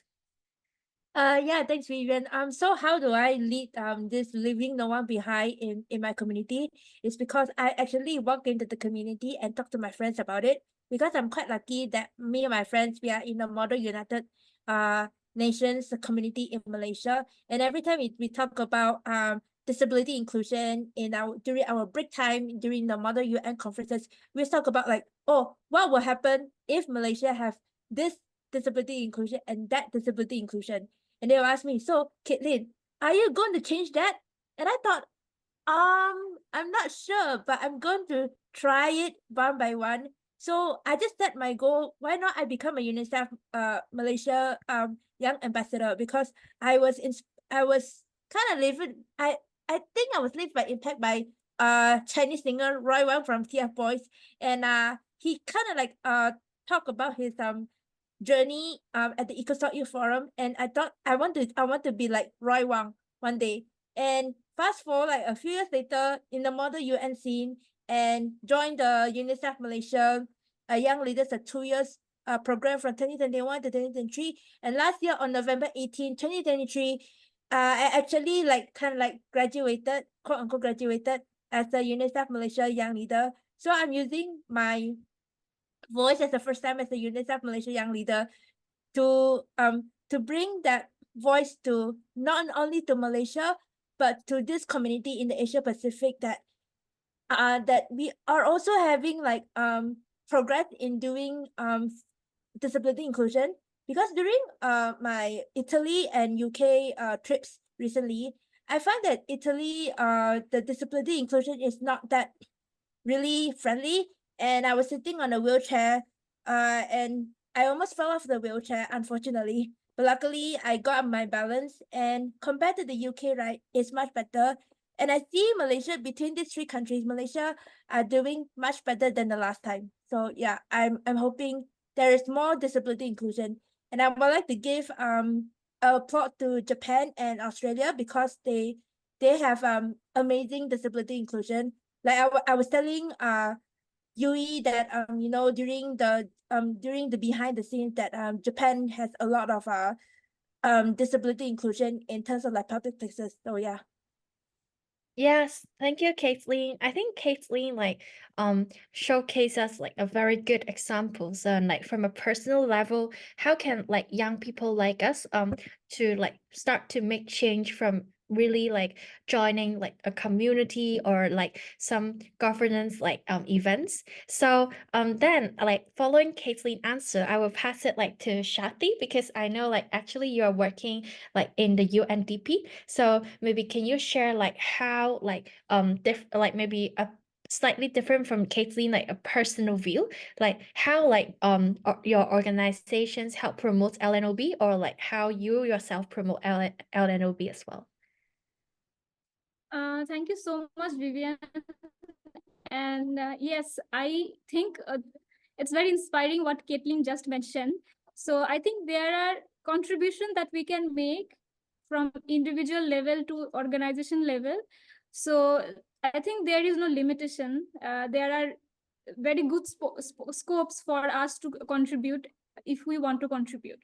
So if I talk about from the UN perspective, so I think UNDP actually has a special focus on the most vulnerable and marginalized community, and including persons with disability. So it's also in our policies, it's on our country program document.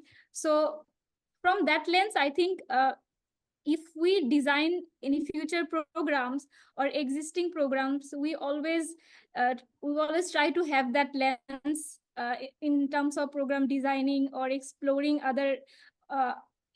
option of implementing such programs. So if I talk about the Bangladesh side, so in Bangladesh currently we are exploring a inclusion readiness mapping exercise. So we already talked with more than 30 projects, and we tried to understand that what kind of work has been done in terms of disability inclusion. I think after the exercise will be done, we'll be having a clear picture that where we should be working on the future and what has been missing, what are the areas that needs to be covered in the future. One, that mapping exercise I'm involved, that I'm mentioning. So that's why I know about the exercise. And also besides that, we are if I talk about the individual level, I always wanted to work on the LNOB side. So this also gave me opportunity, because in Bangladesh in the team working 2-3 pilot projects that contribute the work with the transgender community, people with disability. And last year, I want to mention very briefly that with the support of our BRH team, we initiated a pilot intervention, and the project name is Empowering Youth with Disabilities Through Skills and Employment. So if I talk about later on, I will talk more details about it. So I think so far now, I think we are working on the portfolio approach. So yeah, thank you. Yeah, thank you, Shati. Like, I think it's like you have like really many scope of like promoting disability inclusion, like no matter from your like international governmental organization and like from yourself. And I think it's also like a good point for us to share, like besides like international governmental organization, like how can like organization itself help promote LNOB? And I know Rocky is from like Special Olympics and is like have a main focus on supporting like disability inclusion. So maybe Rocky, can you like share with us, for example, what is the main activity, and then like why do you think it's important to promote disability inclusion from a private sector side? Thank you, Rocky. Of course. Thank you, Vivian. And I learned a lot from other panelists so far as well. So I'll just share a little bit of what we do at Special Olympics, and taking into consideration of my position of global development and government relations, as well as youth development. So first of all, for those who are not familiar with Special Olympics, we are we can call it an organization, an NGO, focusing on sports and people with intellectual disabilities. And also we're a movement to promote disability inclusion as well. So first of all, taking sports and persons with intellectual and developmental disabilities, we call them IDD, as our core. We provide high quality sports opportunities and to improve inclusive health, share the achievements, gifts, and leadership skills of persons with IDD, and create opportunities for them and those without intellectual and developmental disabilities to interact through and beyond sports. So for example, our Special Olympics World Games and sports competitions on regional and national levels are unique opportunities to bring governments and partners from all sectors together to witness the power of sports and how it helps with disability inclusion without borders. And beyond traditional sports events, we also do work around education, health, youth development, early childhood development, leadership cultivation, and empowerment advocacy. So just, to name some of our programs, for example, Unified Schools, our health athletes, we call them Special Olympics athletes. Those are athletes with intellectual and development disabilities. And we have our Youth Innovation Project. We have our Youth Leadership Summits and Young Athletes, Athlete Leadership, Unified Leadership, you name it. So that's the first part. And also we also align our initiatives with international frameworks like the SDGs and like treaties and conventions, for example, the CRPD.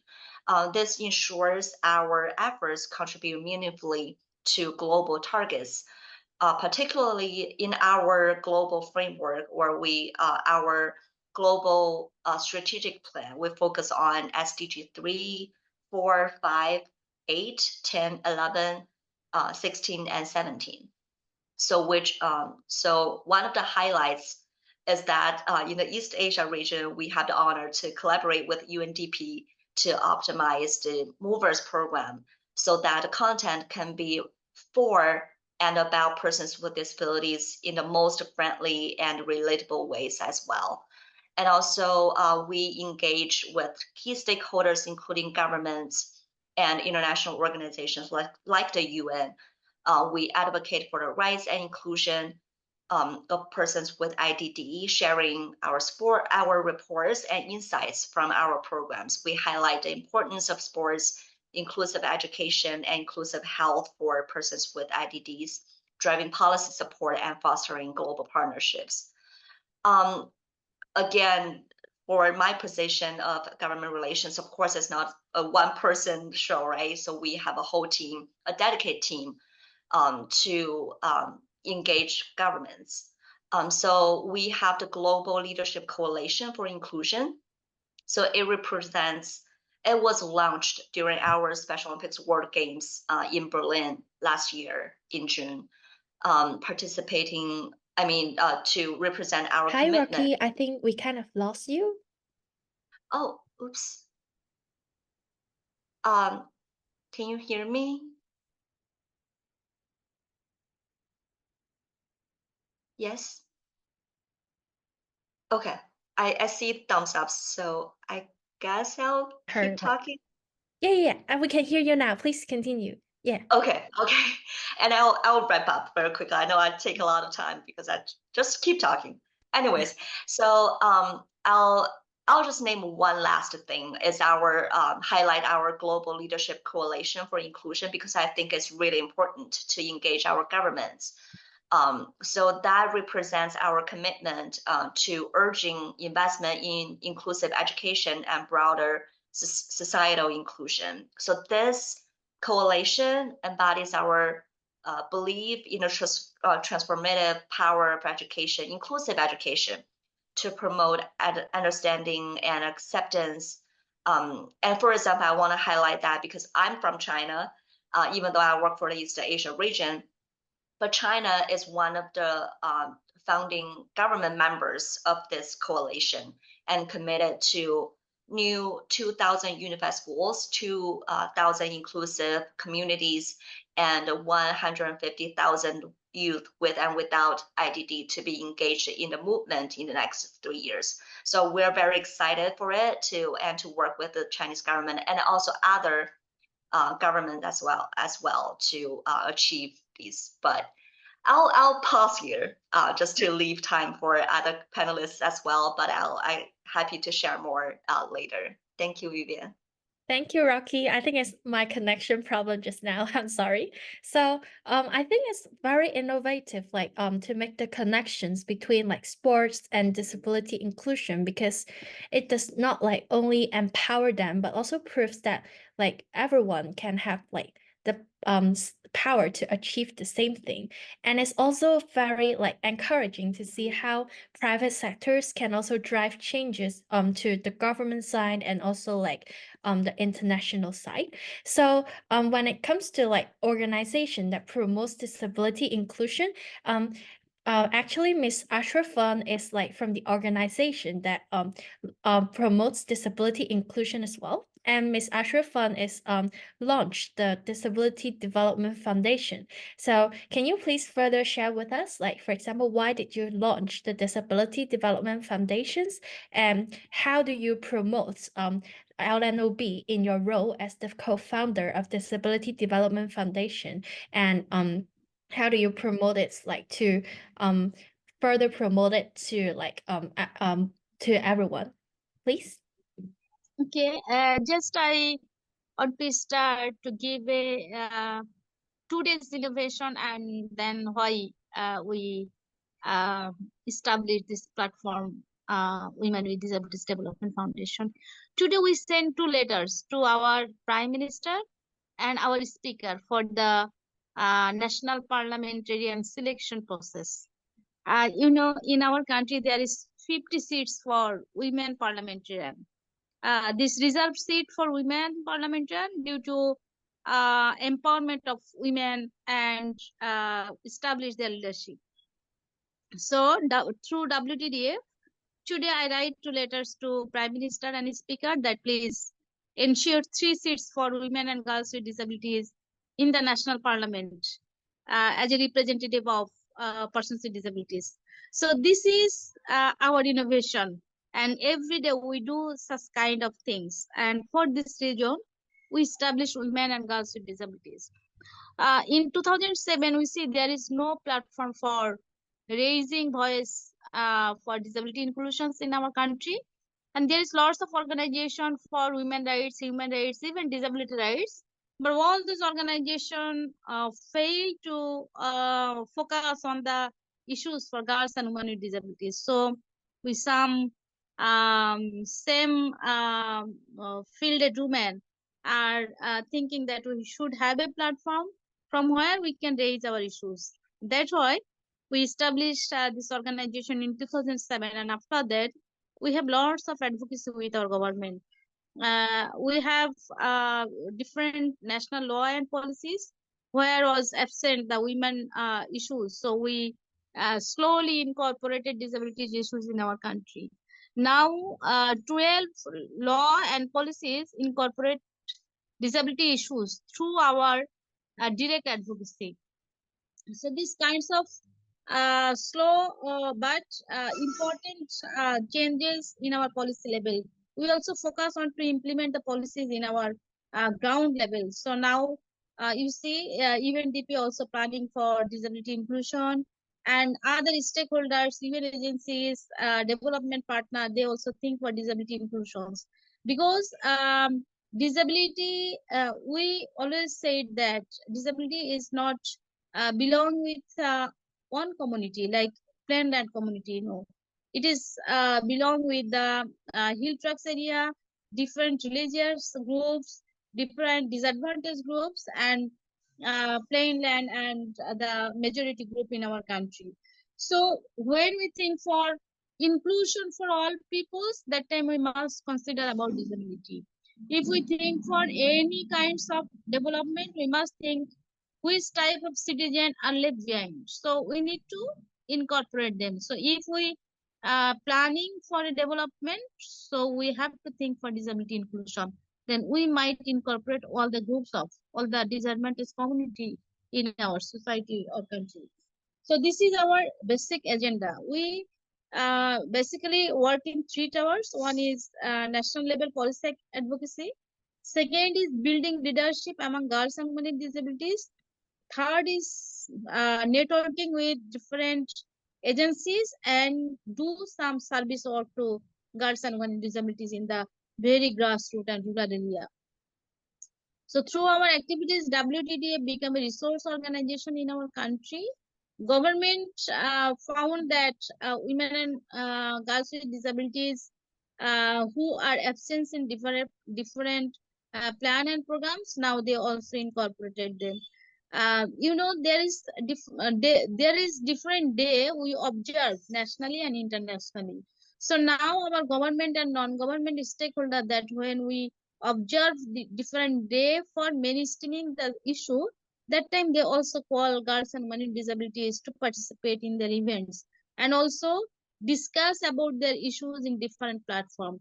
That's why people are becoming more understandable for disability inclusion in different sectors.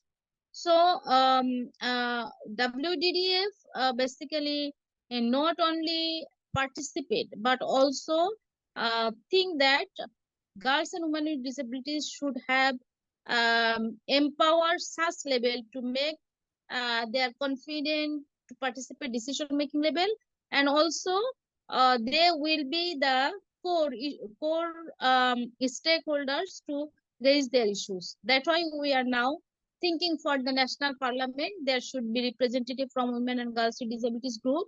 They can contribute in the policy making level as a policy maker. So that is our concern. And beside that, we also working for the job placement of girls and women with disabilities in different sector, because without economical empowerment, women and girls with disabilities will not be respected by the community people, by the family members, and country will not value them. So we are thinking that they should have the economical empowerment initiatives, and women and girls with disabilities will be important economically, and they will contribute to our economical growth. Thank you, Ashraf. Yeah, thank you, Ashpan. I think it's great to see like how your foundation like actually really connected and contributed nationally and internationally to promote disability inclusion. And I think like one point that what I hear from you is you mentioned there's three things your organization done, and one is building the leadership.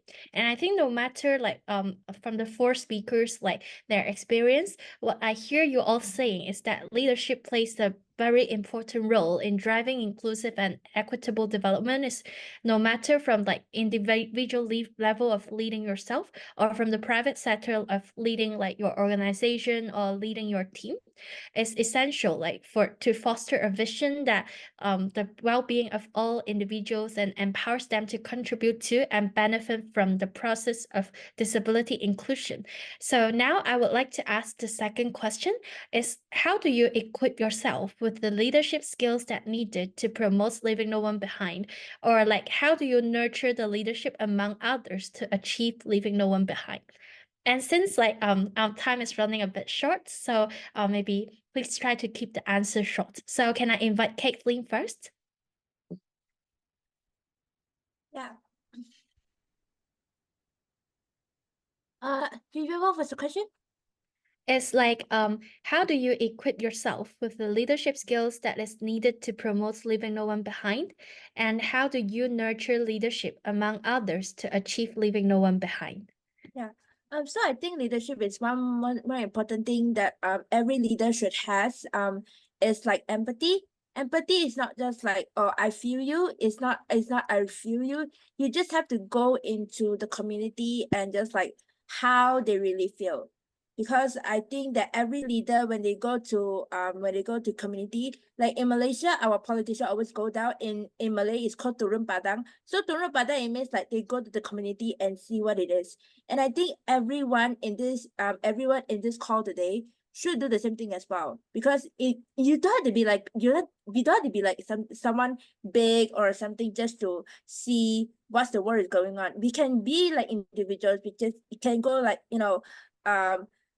person with disabilities shelter, or interact with person with disability like myself on a work level, and how I work with my colleagues and all, and how I work at movers programs level.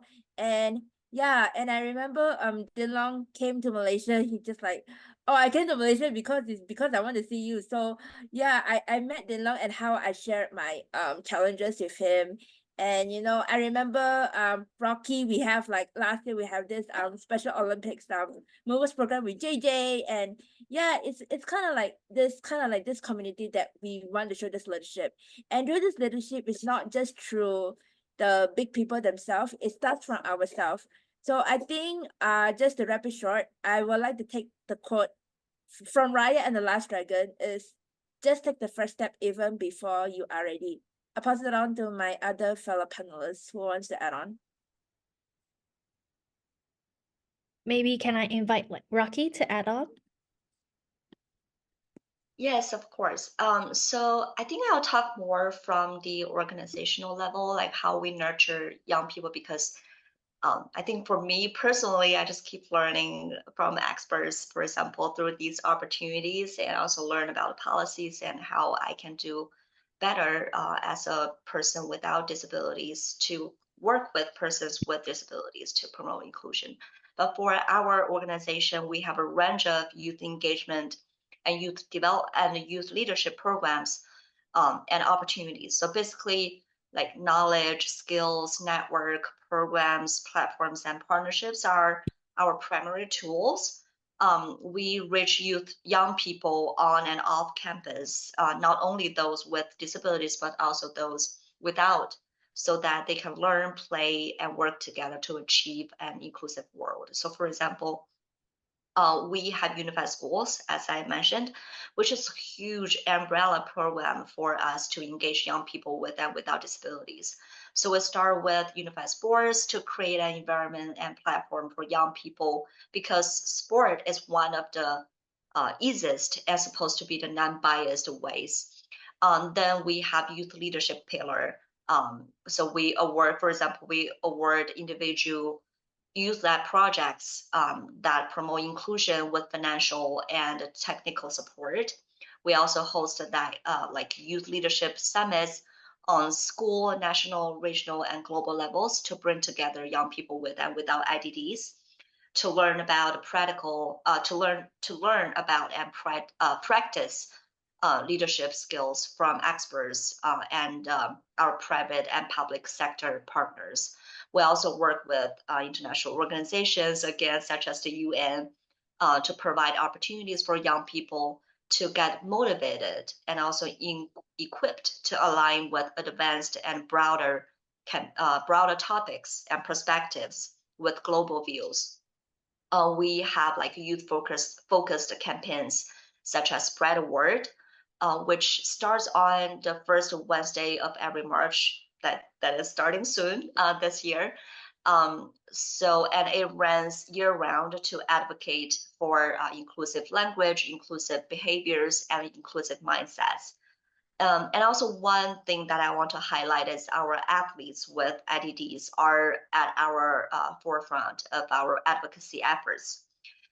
So participating in events like in the US, for example, they participated in Capitol Hill Day in the US. And so they lobby their local and national governors to invest more resources on inclusive health, inclusive education, and such. And this similar activities worldwide to voice the needs of people with IDDs directly to policymakers. And these grassroots advocacy is a cornerstone of our approach to foster disability inclusion. And also one more thing, I promise one more thing, is that we also focus on those who standing at an intersection of vulnerable groups. So for example, we are concerned about refugees with intellectual and developmental disabilities, and also females with intellectual and developmental disabilities. So we collaborate with national and international partners to ensure they have access to equal opportunities, including participating in sports, health programs, and leading activities, and more. So yeah, I'll give it to other panelists. Thank you, Rocky. Maybe we can invite Shati next, because Shati need to leave, right?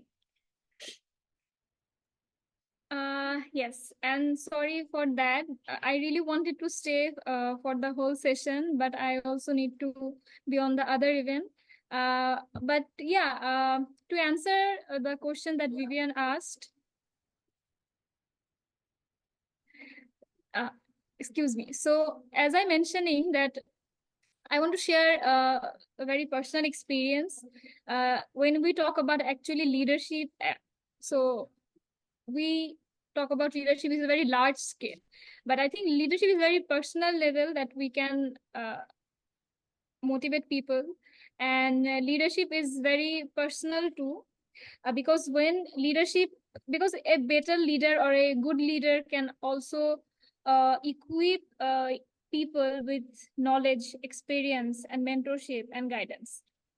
So from my last 6 years of experience in the field of gender mainstreaming, youth skill development, so I closely work with young people and now with the people from the marginalized community. So I feel that me also being a young people, I have seen that they feel that they need someone to guide them.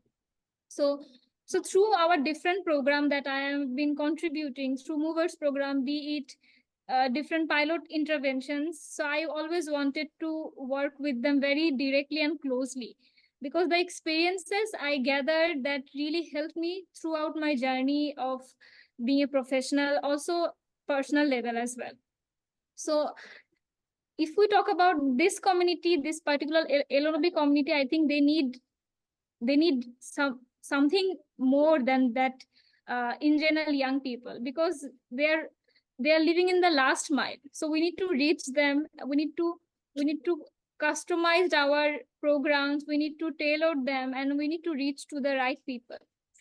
So in terms of leadership, I think we need more young people, not only young people, we need people from the disabilities, we need people from the marginalized communities in the leadership position, because I cannot voice their opinions. So they need to be on the front row to share their views. So I think this is very important, and moving forward, we need to advocate that. And I'm very glad that we are currently many people, and if we see the panelists, I think this is really inspiring, because we are young people, no matter what the country is working towards the one goal. So I think that's from my end, and I really wish all of you that you enjoy the rest of the session, and we'll hopefully catch up in any other next session. Thank you so much, Vivian, and thank you so much, other panelists. Thank you, Shati. And Ashram, do you have anything to add? Yeah, I am totally agree with Shati that our young leader, they need some motivator who can guide them. And beside that, our socio-cultural circumstances also think for some body will allow to help them or guide them very closely, because in our country the social security is not so high. So young women, especially young women and girls with disabilities, they need some sorts of support from organizations and the motivator always. Otherwise, they cannot understand how they can way forward. So this is one thing. Another is there is lack of patronize the disabled people's organization in our country, which basically make limitation for growing the youth, women and girls with disabilities in our country. And the education level, there is so many discrimination against them.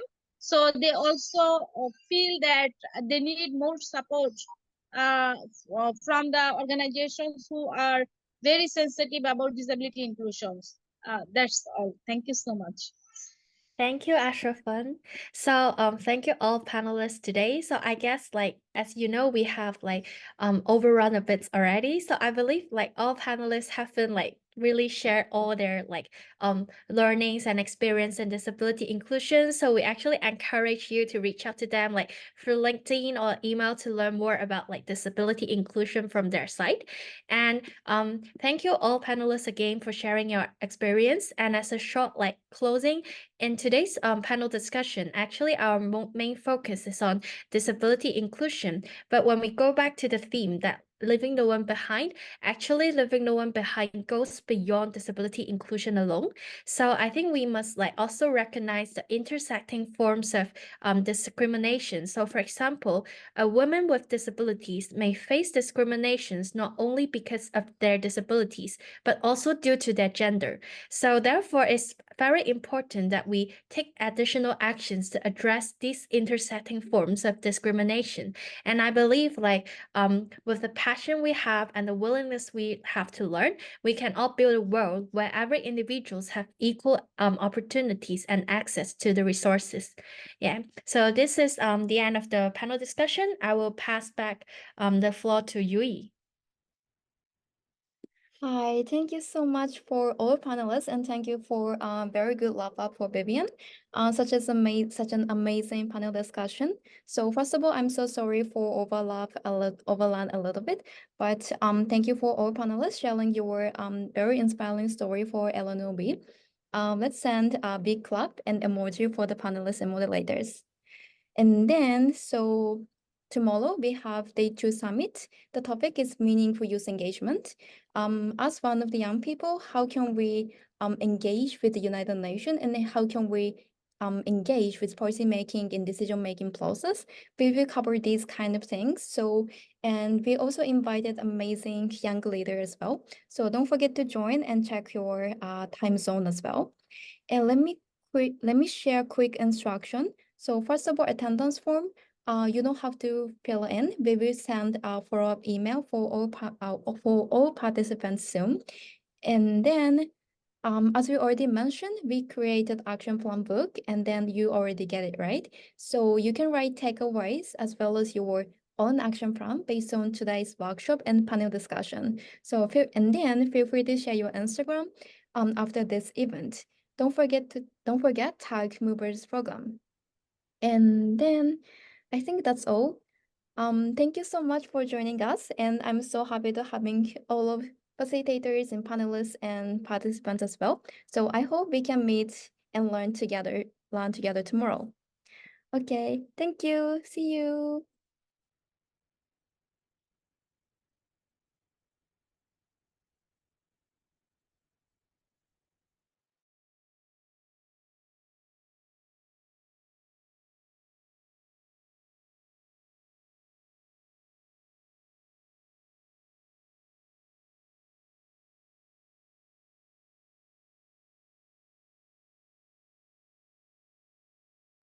Bye. Bye. See you. Thank you. Thank you.